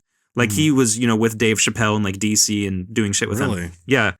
You can watch, like, old stand-up with Jon Stewart as a young-looking guy, which is so funny. I can't even... I know so little. I know about his show, but I didn't know that about Jon Stewart at all. Anyway, my respect for Jon Stewart grew and grew. My respect for Colbert was shrinking day by day. And then I got news that he was taking over The Late Show. From some guy. Letterman, I think? Yeah. Because Letterman also lost a ton of respect for him. He takes over the show, and at first it's like, oh, okay, whatever. And then the Orange Man, Donald freaking Trump, he became the hecking president, and then everybody committing crimes in the White House, our house, not his. I remember that quote, and I was like, Colbert, what are you doing? Fucking terrible. And then once I started watching this, because I gave him a chance because I still kind of like Colbert. I'm just like, it's cool that an actual guy who had a different show was getting a bigger show. Yeah. I was like, okay, I'll give him a chance. And then first couple episodes, I'm just like, this is fucking terrible. He does not have the sauce to do this. Yeah. I guess it got ratings for him to do all this. I stopped watching him. His interviews, in terms of like interviewing, he is intelligent. He's not the worst interviewer. I mean, Jimmy Fallon cannot interview anybody, and he just does like fucking K-pop now. Well, Jimmy Fallon is like, I don't want to make any accusations. We talked about Horatio Sands. Yeah. Yeah. Jimmy Fallon, something's going to happen in a couple years. Like, I don't like Kimmel or Colbert, but yes. They're leagues ahead of Fallon. Oh, yes. Seth Meyers is okay. I mean, I don't really watch his shit, but he's an actual interviewer, and you can tell he does research. I've never watched his show at all. I know he's a good writer. He is. He's written a lot of things I like. He's funny, and he seems like a person that you could actually hang out with. Oh, sure. Jimmy Kimmel, I fucking despise. When I'm president, I will have my way with him. Wait, pause. Sexually. I mean sexually, not in a murder way. Who's the other guy? John Oliver. He is unbearable, but he does research his points better than the others. Does he? Or does his 23-year-old staff do It's a staff, but his staff is better at researching stuff and actually making investigative journalism compared to just being like, so the Orange Man. Anyway. I guess. Watched Colbert's finale. Very bizarre finale. So it starts with he's just like, hey, this is the final show because CBS is shutting us down. Basically, for people who don't know, behind the scenes, it definitely is a political movement. Oh yeah, absolutely. Even though I don't like the show, it is because Trump and the people got into the CBS. And Larry Ellison, I believe so, and I believe was it Barry Weiss or something, some chick. I don't know her involvement. Okay. I have no idea if she's involved. She also sucks and should not be allowed citizenship in this country. Yeah, definitely. Anyway, there is some political collusion, and I think it sucks that Colbert is getting a show taken away for that. They say it's for monetary reasons, but that also isn't super substantiated. They won't release the evidence that it's losing money. Anyway, in his final show, he's like, yeah, I've got a secret guest coming in. You guys are going to be super hype up for this. And in the crowd pops up Bryan Cranston. He's like, hey, it's me, Breaking Bad. What? So, can I be the final guest on your show? And he's like, no, I got a cool guest. And he's like, and he runs out of the studio. This is what they do in a lot of these talk shows where they're just like, hey, guy from whatever. Sure. It's like Seth MacFarlane writing. And then he's like, just more monologue bullshit. Like, oh, Trump is evil, whatever the fuck. And then Paul Rudd is up there and he's like, hey, I'm eating a banana. And they're like, Paul Rudd, you can't be the final guest. We got him coming in. And then Tim Meadows comes in and I'm like, are they going to give him a banana? Because that would be kind of funny. But then he comes in. He's like, I want to be final guest. I'm like, no, get out. And whatever the fuck. Dumb bullshit. Some kind of just sketches and monologue. And then he says, and now for my final guest, it is Pope Leo. And then, you think at first you're just like, wait, actually? But no. What it is somebody acting just out of the dressing room and they're like, Pope Leo's like, you messed up my writer. You didn't get what I wanted. So I'm not going to be on the show. And I'm like, this is fucking gay. I'm taking damage right now. This is fucking bad. Yeah. Who's the final guest? So after this, he's just like, oh, guys, we've been here in the Ed Sullivan Theater, so I think it might be best to have it where it started. We have Sir Paul McCartney. And that is his real final guest. The connection is that the Beatles, when they first came to America, were on the Ed Sullivan show. All the girls threw their underwear at him. Exactly. Cut to commercial. Yeah. And it's filmed in the Ed Sullivan Theater. Yeah. He says that in the start of every episode, so people know this. It kind of makes sense to have somebody really famous, but I was thinking, as I was watching this, I was trying to figure out, because it was a secret, I'm just like, who's he going to have on that's going to be this big guest? Is it going to be Obama? It should be Jon Stewart. He gave him his career, if it's or Steve Carell, which one? It's going to be one of those two, right? That's what I was thinking. I was maybe I'm dumb. I was going in the other way because I don't think Steve Carell makes a cameo, but Jon Stewart does at the end in this dumbass sketch. But I was thinking, is it going to be somebody who's genuinely this guy is hard to get and he's in my corner, like Obama, Not that they would do this, but like Joe Biden or somebody. Frank Ocean. His first interview in 20 years. Yeah. Yeah, I mean, somebody really big in the sense of I rarely hear them. Mike Ma. That'd be, he just lights a fucking, like, pipe bomb under his desk. Yeah. Anyway, Paul McCartney comes out and he's just like, yeah, I've got this new album with me band. And he's like, oh, that's cool. And as the interview goes on, you can tell that Stephen Colbert is kind of panicking because Paul McCartney is bombing. Paul McCartney is just like any joke he does where he's just like, yeah, so Beatles, whatever. And he's like, oh, yeah. He doesn't like improv with him. He doesn't do anything because he's like 80 years old. Yeah, there's no yes and, Paul. I mean, he's like 80, 85 years old. And he also has like sloth face where he's like, Yeah. So, I mean, he can't really, go bar for bar with Stephen Colbert, who does have energy. I'll give him that. Yeah. He just can't do it. And you can see Stephen kind of being like, yeah, fuck. And he's talking about his album that nobody cares about. Like, who cares about Paul McCartney's career after Beatles, after Wings? I didn't know he was still making music. I thought his last song was 4 or 5 seconds. That's right. Yeah, he's in that. So after a bit, they kind of have this recurring motif that like something behind him flashes green and they're like, oh, it's a production error. But like, if you know anything about how shows are produced, it's just not. Yeah. What happens is after Paul McCartney, his interview like, ends, there's this pre-recorded segment where him and Paul like run backstage and apparently there's this giant green wormhole backstage that's sucking everything in. What? And I'm looking at this and I go, what the fuck is going on right now? This is the dumbest thing of all time. Maybe Trump was right to fucking fire you because this is terrible. He goes back there and he's like, oh, Neil deGrasse Tyson, what are you doing here? And he goes, actually, the wormhole, if you look about it. Is this Zoolander 2? It kind of is. It kind of fucking is. And Neil deGrasse Tyson's like, well, if you look at the data, and he gets sucked into the wormhole. And then he's like, fuck, what am I going to do about this wormhole on my show? And then the Strike Force 5 pops out. Oh my God. And everybody's like, hey, sucks that you're getting your show taken away. This almost happened to me, Jimmy Kimmel. And it's, a metaphor for whatever. Suck my dick. They say, hey, you don't have to get sucked into the wormhole. You can go out on your own terms. And he's like, that sounds interesting about that. So he runs to like a different part of backstage and has like this gay song that is also like not a bit of him just singing with like John Baptiste. And it's like an Elvis Costello song or something. I had to look it up because I'm like, I don't know what the fuck this is. And it's like really like, do you remember on SNL when they sang that like goodbye song to Obama? No. Okay. That's a real thing that fucking happened, by the way. And it's really corny and it's not good whatsoever because it kind of just like takes all the momentum away from everything they were doing. And I'm like, what the fuck is this? And then after this song, he runs out and performs live on stage with Paul McCartney that song that's like, I don't know why you say goodbye, I say hello, which is a Beatles song. Okay. And after that, he takes his dog, which I guess is a recurring character in the show, and he walks out of the studio while the entire building gets sucked up into the wormhole. And that is the final episode of The Late Show with Stephen Colbert. And it's the dumbest fucking finale I've ever seen. That is the Bride level of damaged DNA. This is vaxxed as fuck. We have to make the finale of a late night show. Yeah.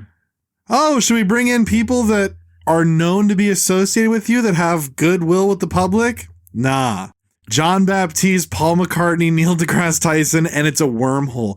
What fucking trust fund kids that write for this show were allowed to come up with this? I mean, not that I care about the Stephen Colbert Show at all. Yeah. But like everything you just said, like if I was the what's his name? The SNL man? Chuck Lorre? No, that's Lorne 2.5 Michaels? Men. Yeah, Lorne Michaels or Chuck, whatever. If I was one of these guys with gray hair, distinguished and whatever, if somebody brought this to me, I would say, okay, I'm going to hit this button on my desk where the wormhole opens up and you go in it. That is terrible. You're getting fed to my pit of lions through my trap door. I mean, was this made? Here's the thing. So you know way more about Colbert and his show than me, obviously. Is this something that like, so me as just a person who only knows the basics about this guy, mm-hmm. I'm expecting a finale to, like I said, involve Jon Stewart and Steve Carell, to be like, politically minded, to maybe be like a revisiting of the old days. Maybe he does the Alex Jones, the Tuck Buckford bullshit. Sure. Maybe he has Bill O'Reilly. I don't know. Like he resurrects Rush Limbaugh. I'm expecting that kind of shit, sure. And obviously none of that happened from what you're describing. like all the things you're saying, is that stuff that someone who's like a super fan would get? See, here's the thing. When stuff was getting sucked into the wormhole, there were like I could tell they were characters and like people saying stuff. And I don't know if it was like a recurring bit. I don't think I could be wrong. I haven't seen a lot of the show. I don't think the wormhole was a recurring bit. Sure. What about the cameos? Are those people, would Colbert fans care about those celebs? Well, no, probably not. I mean, Paul McCartney, no. Neil deGrasse Tyson, maybe. Strikeforce 5, maybe. But like Bryan Cranston, Paul Rudd, those are just people that are just famous that appear on shows. No. Yeah.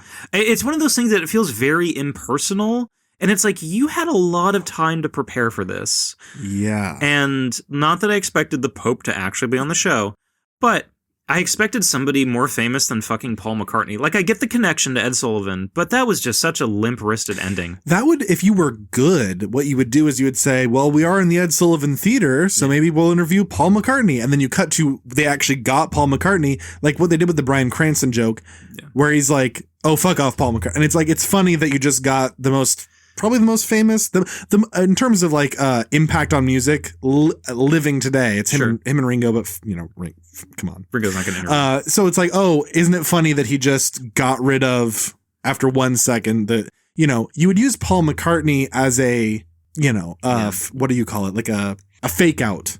He would be the fake out because it's like, oh, well, Ed Sullivan, Paul McCartney, and then the real guest is someone that actually a viewer who cares would care about. Yeah. Or a general populace like me would at least understand. Yeah. If you have a brain, this is what you're going to do. They don't even set up the Ed Sullivan connection correctly. They just say, and my guest is Paul McCartney. And you're just like, whoa, what the fuck? And then they say, oh, you were here in the Ed Sullivan Theater when it was like, you were one of the first big guests here. And they have to say that because they probably like realize the crowd is not going to understand why this makes any sense because they're all like 30-year-old like millennials. Wait a second. Maybe that's an indicator the bit is bad. Yeah, maybe you should have set it up better. And by the way, you had time to prepare for this too. Yeah. And it's really because I remember reading something that like the episode before this had Jon Stewart on as like a guest. That should have been your final guest. Yeah. Because he's way more interesting in like relative to your career than Paul McCartney and him and Steve the three of them have great chemistry. Oh yeah. Why weren't the three of you hanging? And then you say, "Oh, we have a report coming in," and Steve Carell does his bit like he would do on the Colbert Show. Where it's like he's Yeah. Yeah, it makes much more sense. And have Strikeforce 5 through this episode because they're your compatriots and all these people and you're getting a raw deal because the president hates you. That at least makes more sense than having come in and be like, remember the wormhole? Yeah. No, awful. And also, if you were smart, after you get rid of like the McCartney fake out, you have another fake out where it's, oh, Strikeforce 5, John Oliver, Fallon, whatever. And then he goes like, yeah, you guys all still have shows. I don't really feel like I need to platform you on my final thing. Bye. Hangs up the Zoom call. Sure. Well, if you get it, you get it. And if you don't, it's gone in a second. No one watched Strikeforce 5. Yeah. Did I say no one walked it? I don't even know what I'm saying. Like, I know what this is because, how can you not watch that? People like us, yeah. But I mean, come on. Colbert. I mean, actually, well, you know what? He probably doesn't give a flying fuck because apparently he's making Lord of the Rings movies with Peter Jackson now. Yeah. Isn't he writing one? Yeah. That's fucking insane. Peter Jackson went to like CinemaCon and he's like, I've got a surprising announcement. The new film will be written with the original team, myself, my wife, Philippa Boyens, and, whoever else. But we've added a member. And then they Zoom called Stephen Colbert and he's like, hey. Yeah. And the audience was just like silent. Yeah, they're just like, why the fuck? In his defense, this is something that, I did know beforehand. He is a huge Lord of the Rings fan. He is like encyclopedic knowledge. Colbert? Colbert, yeah. He genuinely is like a Patton Oswalt, like on Red Letter Media. Like, I get it. Well, are we hiring Patton Oswalt to write The Force Awakens? No. Let me clarify. You shouldn't do that. But I get if you had to hire a fan who is a celebrity, getting him makes sense. It's like a top 3 draft. Yeah. Yeah. They should have gotten Dylan Roof to write Columbine, Elephant Movie. They should get fans of the things to write the movie. Nicholas Cruz from Parkland is just writing, yeah. Yeah. Damn. Nick Fuentes should write the American Psycho remake. Oh, yeah. Actually, Here's the thing. So American Psycho, the Luca Guadagnino one, like maybe it'll be good, maybe it'll be bad. Obviously, it can't touch the original. Yeah. So you have to do something radically different. Mm-hmm. Nick Fuentes, get a racist autist to write it. Yeah. It might be terrible, but you get something different. And people might co-opt it and like read it a different way, like they're reclaiming it, and then that sells more tickets. And since he's probably a closeted homosexual, it might actually get more of the homosexual themes of the book into the film. Because the movie, you can watch the movie not even thinking about the gay, since he obviously rebukes the gay guy, and that's kind of all that's mentioned of it. It's kind of more subtextual in the film, you know? Yeah. Anyway. So Colbert sucks, and his ear is weird. Yeah. Ear attack. Ear attack. Wait. Did I say ear attack? What I meant to say was Titan attack. Car attack. I watched, finally, Titan. Yes. Titan? Technically Titanium. in French it's Titan. Titan. Which is this metal, you see, and they put it in your head to keep your brain together when you're in a traumatic car accident. This is my first Julia DiCarno film. I almost watched her newest one that came out last year. Ooh, and it's bad. Alpha? Yeah. It's really bad. Yeah, I almost saw it. I legally paid for I it. almost somehow watched it, and I got it like a second in, and then the file just like crashed, and it like just wouldn't play. Damn. This is on the old computer. Okay. And I was like, what the fuck? And so then I was like, well, whatever. I'll start with, I'm hearing this isn't the best one, so I'll start with either Raw or Titan. But I still haven't seen Raw. I know a little bit about it. Raw's good. Our friend is a big fan of this girl. I teased him about Titan because from what I understand about Raw, it's basically like, you know, hey, like raw meat, but also like raw flesh, and it's like sexual and fucked up. And then Titan comes out and it's like, yo, car, but it's also sexual and fucked up. Yeah. And not having seen them or really knowing anything about it, I'm just like, all right, I'm noticing a pattern here. Like metaphor and sexual fucked up style. Yeah. And then I thought, okay. And then I learned, I was shocked because you know this. I should know these things. I did not realize Titan won the Palme d'Or at the Cannes Film Festival, which is a big deal. And it was a huge thing. I remember at the time, we're like, what the fuck? Like a lot of people were just like, I cannot believe it. I'm glad that there was that response. Not because I think Titan sucks, but because if it was like a unanimous, like, because looking at what was at the Cannes Film Festival that year, wrong choice. Yeah. There was objectively better stuff. I mean, like, even The French Dispatch, which is not, you know, Palme d'Or worthy, is, in my opinion, better than Titan. I'm going to disagree with that. Well, I know. Nobody will agree with me on this, but it's a sillier movie. But in terms of like, you know, for my rating scale, French Dispatch gets like a low 80s score. Titan gets like a high 70s. And really, a lot of that is also like, it's extremely subjective because Titan is a mood piece and it's all style and metaphor and all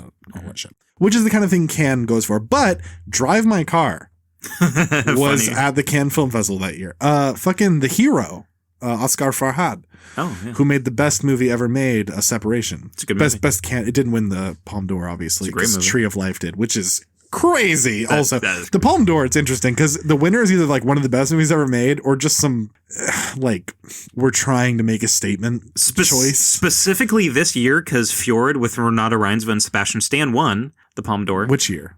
This year, like a week ago. Hang on, I'm fucked up. What did you just say? So Christian Mungiu, a Romanian director with a crazy last name, had a movie with Renata Reinsve and Sebastian Stan, where Sebastian Stan is speaking Romanian, and it takes place in Norway. That won the Palme d'Or this year, and it was hugely controversial. One, because the audience had to relate to people's viewpoints that they didn't agree with, and then a lot of people said that this was like not even top 5 movie at Cannes. Oh. But I've heard it's gotten good reviews, but it's just one of those things that liberals are going to hate it. That's what I've heard. I don't know exactly what that means. I don't know what this movie is, but I'm extremely interested right now because that sounds like that has to be magic. And it's interesting you mentioned Renata because Worst Person in the World also played at the 2021 Cannes. So Worst Person and Drive My Car lost the Palme d'Or to Titan. Sorry. Titan is not better than either. Not that he's saying that it is. Yeah. But it's a good movie. It's not at all what I thought it would be plot-wise because the movie just has, it's like Psycho. It's like, all right, 30 minutes of this plot, switch gears, different story, it definitely just has a very clean, not clean, I don't know how to put it, extremely like defined story change, just left turn not even in the middle, like the first third, where it's like, hey, everything this movie's been about and leading you to believe it's going to be, forget that. Which is cool when it happens. And then it went in a direction that I appreciated, but it's not really my kind of thing. And here's the thing, for y'all listeners out there, for your information, I guess, it's not really going to be most of your guys' thing. It's a very specific type of movie that freaks like our friend will like. I already named him, so calling him a freak is kind of mean. We'll bleep him, I guess. I just want to say, I'm saying that tongue in cheek, by the way. I am in your camp, fellow freak. I like Titan, as I think like American audience calls it, quite a bit. I like this movie a lot. I like it too. I mean, definitely more than you, it seems to be, but I like this. Like, this is pretty dang good to me. I would agree with that. Okay. It's kind of like I could eat what's a nationality of food I don't really know that much about. I'm trying to think. Like, I don't know. Like who's the George Floyd mayor that ate that bowl of slop? He ate Somali food. Yes. Yeah. Yes. Who's that guy? Fucking whatever. The mayor of like Pittsburgh, wherever the fuck George Floyd overdosed. That guy, so like I don't know anything about Somalian food, but if I ate some Somali dish that was unknown to me and it was good, I'd be able to be like, oh, that was good. Unlikely that I'm gonna like really want to make that at home because I already know what I like. Sure. That's what I'm trying to say. Titan is like that. It's like the best Somalian dish. Okay, bananas, rice, and beef and whatever. Like, great. I don't really care about bananas, rice, and beef personally, so I don't really have that much passion for it. I'm able to recognize it's good, but I would be misleading our listeners if, based on what you might have come to know about my taste and what I'll recommend, if I were to say, like, it's great, you should watch it. Most of you will not like it. Most people will be like, what the fuck am I looking at? It's a really cool experiment, and I think cinephiles should see it because it is new. You've never seen this before. It's more of like I appreciate that as at a distance than I want to jump in that pool, I guess. Okay. But if you have some kind of weird like sexual hang-up, maybe this movie speaks to you and touches your soul in a way that someone like me just, it's inaccessible in some regard. It's like DLC. It's like I'm playing the Lego Batman and I'm like, well, I can't go in that trophy room because I haven't gotten to level whatever. I haven't beat the game yet, so I can't enter that room. I know that room exists and I can tell that other people have entered that room and they're having a great time. Okay. But to me, I'm like, well, I don't have the key to this door. Does that make sense? Well, once you got talking about Lego Batman, I don't know. Let me just say, you ever played the Lego Batman games? I've played it. You have to admit, it's a little convoluted metaphor. But this movie rules, actually, and you're wrong. A lady fucks a car. It's awesome. What do you mean I'm wrong? I like it. I know. I'm just saying that it actually rules. She does fuck a car. It's in a pretty sexy scene. What? Okay, this is where we you thought that was sexy. Nah, no, not really. No, in a way that's like cinematically interesting. Sure. Yeah, sure. Yeah. I do like, and I'll keep this vague, the gay little dance she does on top of that truck. Yeah. That is one of the most uncomfortable things I've ever seen. What's weird? Yeah. I totally get it. I wasn't even like put off by it because I was just into the movie at that point. Yeah. I'm like, it makes sense. Yeah. I don't know. Yeah. Another anecdote, and he's probably fine with me telling this. But my brother was hanging with a girl, and he asked me for like movie recommendations, and the first one was Audition, which was a hit. And then he's like, "Do you have any more?" And I was like, "There's this movie called Titan where a lady fucks a car." And then he related to her, and she's like, "I don't think so." You are fucked up. Wait, when you say it was a hit, you mean it was a hit with the girl? Yeah. Audition was a hit. That's good. And then she did not that's a good girl. Want to watch Titan. Maybe I helped I understand that. Yeah, so maybe I scared the hose. I mean, women really don't like watching women.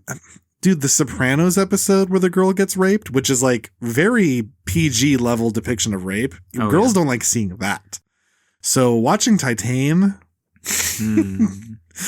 not that she gets raped, but the first 30 minutes, I don't think most girls are going to vibe with that. Probably not. But it was made by a girl. So if you're a French girl and you're really cool. It was one thing that I want to say about Julia Ducournau that she does in all her movies, and I just realized why she does it, and it's fucking jarring. This happens in Raw, Titan, and Alpha. She always has these really ugly fucking like brown like mixed race people that look like the actual fucking like mongoloid meme. Like, they were disgusting looking, and I'm not just being a huge racist here, I but think I am. you are. I don't even know what you're saying. Okay, watch the other one. She always has these disgusting like fucking like just like North African like individuals, and I was like, why the fuck does she do this? And I went on her Wikipedia and it says she is half French, half Algerian, and I said that's why. Next movie. I do not co-sign anything you just said.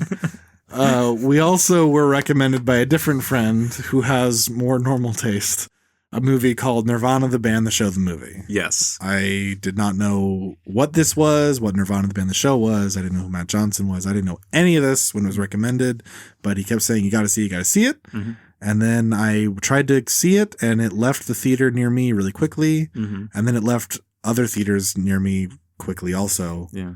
And I went, well, I'll watch it at some point. And then I finally got around to watching it. I watched it with my brother and my sister-in-law. We had a great time. Mm-hmm. Fantastic film. Yes. I mean, we can say his name. Our friend Nick from the Weapons Were the World video recommended this, and he said, you guys need to see this. He saw it in theaters, and I said, okay, that's interesting. Because I usually trust Nick's opinions on movies. In our small friend group, we all have, IQs in the triple digits. Nick has the most like normal taste of all of Nick us. is the most normal person. Like in terms of like actually like I can't believe he associates with us, I'm gonna be honest. Like you and I as the us. Yeah. Like he's just like he's an average guy who has like a real career and success. Yeah. But if he gives big thumbs up to something, you know it's a good thing. I trust his opinion. Him and I are actually very alike in experiences that we've had. It's kind of scary and stuff that we can recall. But Nick, this was a banger. This is one of my favorite comedies of the year, maybe the favorite. Balls up, maybe. Okay, shut the fuck up. But there's another one we'll talk about in a different episode that kind of gives us a run for its money. It's not the same type of comedy, but Nirvana, the band, the show, the movie, huge cosign. This movie is doing numbers in Canada. This might be the best Canadian movie I've ever seen, not counting like David Cronenberg because he just works in Hollywood. But yeah, and that might not even be saying a lot because it's hard for me to even think of Canadian movies I've seen outside of the Barbarian Invasions. But that's also Quebecois, which is different. They don't count as humans, yeah. Yeah, but no, this was fantastic. I had known about Nirvana, the band, the show, or Matt Johnson and Jay McCarroll beforehand, but I didn't really watch any of their stuff, but I always thought it seemed funny. And this movie is actually kind of like the perfect recommendation because the way that they structured this and the way that you don't need to know anything about them beforehand going in for this to be a successful thing. This isn't a thing of just like, oh, fans of the movie or of the show will like this and fans of us. I mean, I recommended this to my parents. I said, you guys should watch this. It is really funny. Mm-hmm. People who probably wouldn't even care about watching like sketch comedy and this stuff or because it's not inspired by it, but it is really in the vein of Borat in the sense that you are subjecting real life people to things that you definitely like they might have a problem with. There's a similar head rush. Watching this movie, not knowing anything about the plot. I knew one thing about the plot, but it was so general it barely even meant anything. There's a similar head rush I got watching this and realizing multiple times where it was going. Every time you start to pick up on what the next contrivance will be, it was very similar to when I watched like Borat for the first time or watching, what's it called? Fucking, gay porn.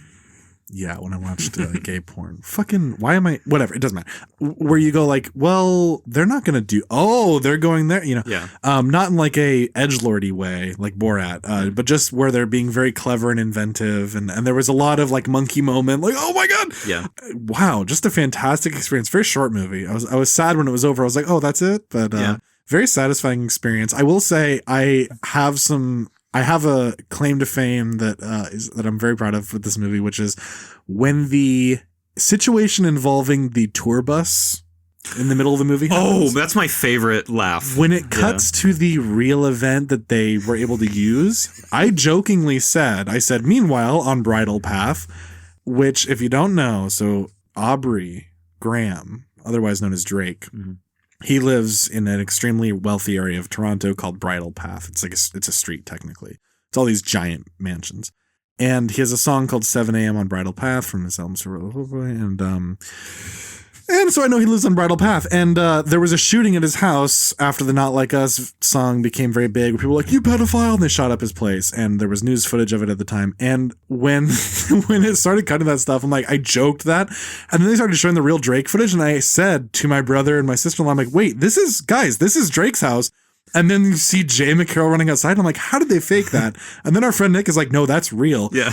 I then open up the original news footage. When you watch the footage of the coverage of Drake's house's shooting, you can see Matt Johnson. Oh my God. In the background of the footage, like directing the scene. I was like, oh, and I don't know how Nick had learned about it. Maybe he just discovered it for himself, but I was like, that's insane. I never noticed that, obviously. Yeah. but it's like, oh my God! And I'm not even really giving anything away. Yeah, we technically. Yeah, you're being pretty vague, and I think that's a thing that I want to do too. Because I mean, this is a comedy, and it goes places you don't expect. But genuinely, you would not predict some of the things that happen in this movie from just hearing the synopsis of it or watching the first 10 minutes. I mean, the skinny of it is that they want to play at the Rivoli, which is this venue in Toronto. And they end up going back in time by spilling what would you call it? Like a glass of Orbits, this old drink from the 90s that had floating. I don't even know what they are. This was a little before my time. It's like boba tea bubble. Yeah, it's like proto boba. Yeah. And they spill it on something like a time. Basically, it's a thing of like, you just go with it. I made a time travel machine. He made a time travel machine. It doesn't work, but when you spill this one soda on it, it actually does work. Yeah. They realize. Yes. And they end up going back to 2008. Yes. And I love how they set this up. I don't even really want to say too much about it, but when they go into the movie theater and he has the realization. Yes. In 2008, I was cackling, and I have a problem with that. That movie came out in 2009. Ooh. It was a early screening. Fuck you, Matt Johnson. Sorry, go ahead. It was an early screening. It must have been. If there was any real criticism I had about this, there are some technical problems with this movie that, being an autistic looking at the blender thing. Like the time machine has the wrong things punched in the scenes they can control, not the stuff that they're filming around people and they only get one shot at. That's something I can forgive. But in the scenes that they do have control over, there were some technical mistakes that I did notice that are just too autistic go into. But I did notice it and I went, eh. But like I said, it doesn't really take away from the movie. Yeah. There aren't a lot of problems I have with it. I enjoyed my time immensely. The pacing is great. The movie is as long as it really needs to be. Yeah. Doesn't overstay its welcome. Hilarious film. And a genuinely moving ending. Yes. The song at the end is so beautiful. Yeah. And just everything about how from the moment you see the hat, from the moment you see Johnson, everything involving the CN Tower in this movie is so good. Dude, okay. Yes. Involving the CN Tower stuff, the stuff at the... And I need to be vague about this, but at the end when they're carrying the thing through the streets, I know that can't 100% be real, but I don't know how they did it. Yes, that's one of the amazing things about this movie is it's very difficult to tell where using real stuff ends and creating fake stuff begins, which is great. Yeah, because while I'm watching it, when they see the people on the street and then their clothes. Mm-hmm. Yeah. I don't know how, I'm watching, I'm like, that's impossible. I genuinely don't know how they did some of it. It's incredible. Mm-hmm. But yeah, that ending is just it's a real, it's so good.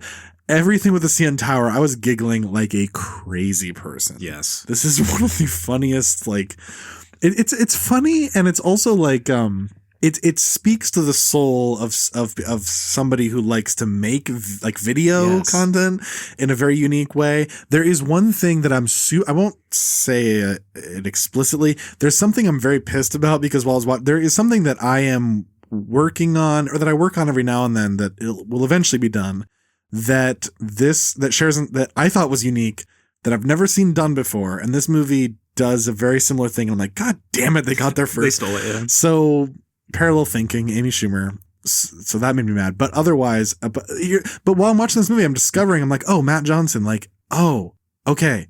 There are people out there who have similar goals with the type of thing they want to achieve with certain media. And there's certain things where I'm like, oh, not just would I try to do something like that. That is the choice I would make with that thing. Oh, he's one of us or I guess I'm one of him or I don't know, whatever. This sounds gay, but it was just like discovering. It's like when you meet somebody that you just have like instant chemistry, and you're like, oh, you were here this whole time on this same earth in the same town as me, and we never, it was that kind of thing where it's like, oh, you exist. I love you, and I want to see everything you've done now. It's a great experience. And there's a quote I've been saying, when Matt Johnson, this is not a spoiler, but there's a line in the movie where he says, he looks at the camera and goes like, it's like hell. It's like I'm in hell, but it's of my own making. Like, I've been saying that to myself for weeks. It's just every line, his ability, like him knowing when to look at the camera, you can tell he's making it up as he goes. Yeah. So good. Mm-hmm. Anyway, I could go on forever about how much I love it. He has great timing. I think one of my favorite moments is when he like breaks out into song. Yeah. That's one, and I won't even say what it is. And then when they time travel back and they see like the car that's crashed, it's like a thing in Toronto. There's this car that's out of a building, and he's like, "You're missing a great visual gag here." When he wants to show him how the time machine works. Yeah. He's like, "This will be really funny. Check this out." Check this out. Yeah. Him and Jay have great chemistry. I mean, Jay is playing it more straight than him, but he does have his moments. One thing that I really love about this is they have this framework of, if they have to call back to a scene, they do it in black and white, but it's often just like another take or saying something that is like completely different. And you could put that in the way of like he's remembering it differently. Yeah. And there's one where he's like, the way that we see it is he's like talking to some guy, and I'll keep it vague.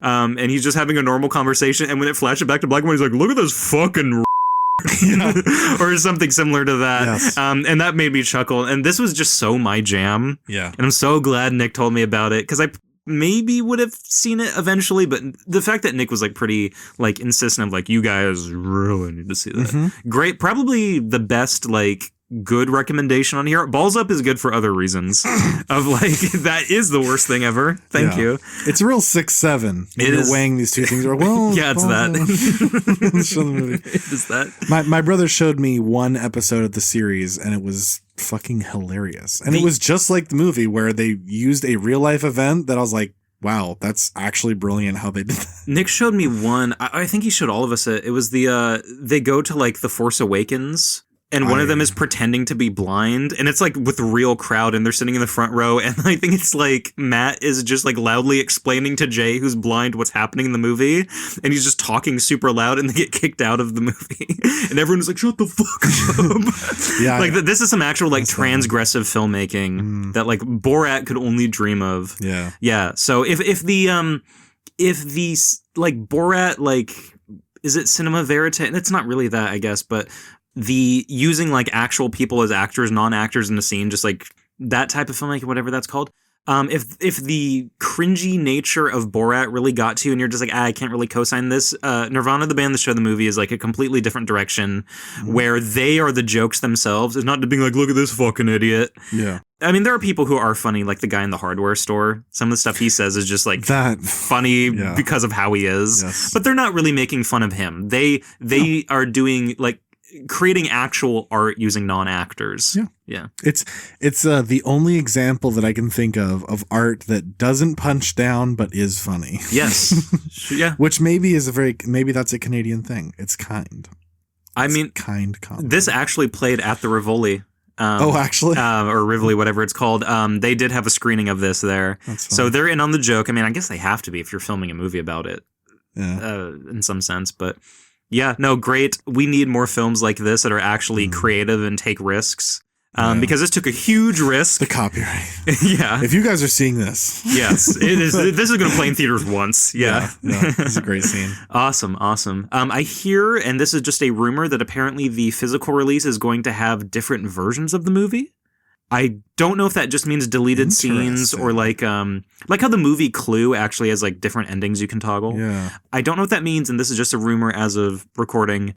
I will definitely be buying this on physical media because I want to have this, because who knows if somebody's going to have a problem with this in the future. Yeah, I mean, I don't know how they cleared. They used the fucking score from Indiana Jones in the movie. And they show back that yes. It played like I was listening, and I turned and I was like, guys, that's John Williams music. Yes. And not in a fair use way. Like they're using it as the score to the movie. Yes, because they mentioned Back to the Future several times, and I think they show something from it, and technically that falls under fair use. I read like on the Wikipedia page like long ago, because I'm like, how the fuck did they do this?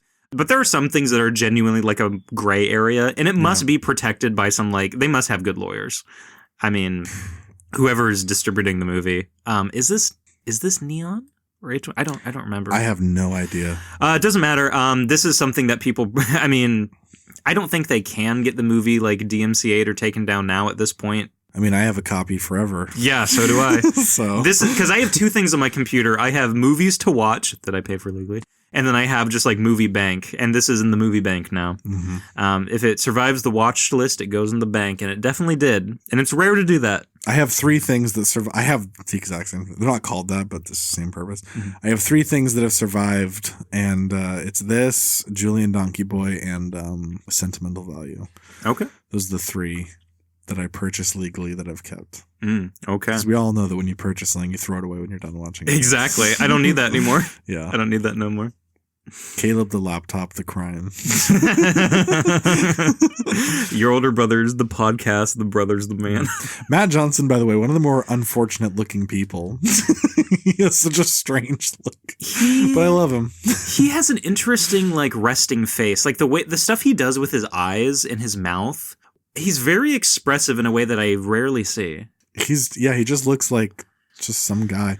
He has like the biggest bags under his eyes. Meanwhile, Jay is just a normal dude. Yeah, Jay looks like a happy, healthy, like, you know, Roman nose guy. And then Matt Johnson looks like a fetal alcohol syndrome baby that got like microwaved and thrown off the CN Tower. Jay McCarroll looks like an English prince, and Matt Johnson is like the serf in the field, which is a scythe, like looking up at the tower, building a house out of poop. It's like, I got this poop house. You want to go in the poop? Yeah, he's great. Fantastic. So talented. Amazing film. Really shows you what cinema can do. Mm. And it's, you know, kind of cliche to say stuff like that. But genuinely, this is a moment where I watched and I said, there are actual good movies coming out. Yep. There was actual, like, real cinema. All right, guys, thank you for listening to this episode that is probably like 4 hours at this point. We have a lot more to talk about. Go over to Patreon this week to hear episode 17, and then next week we have 2 more episodes, one public and one Patreon. Episode 48, Timely Discussion, Part 17. Thank you. Oh my god. That is right, actually. Thank you very much for listening. Go over to Patreon right now. No, it's staying in. Capture!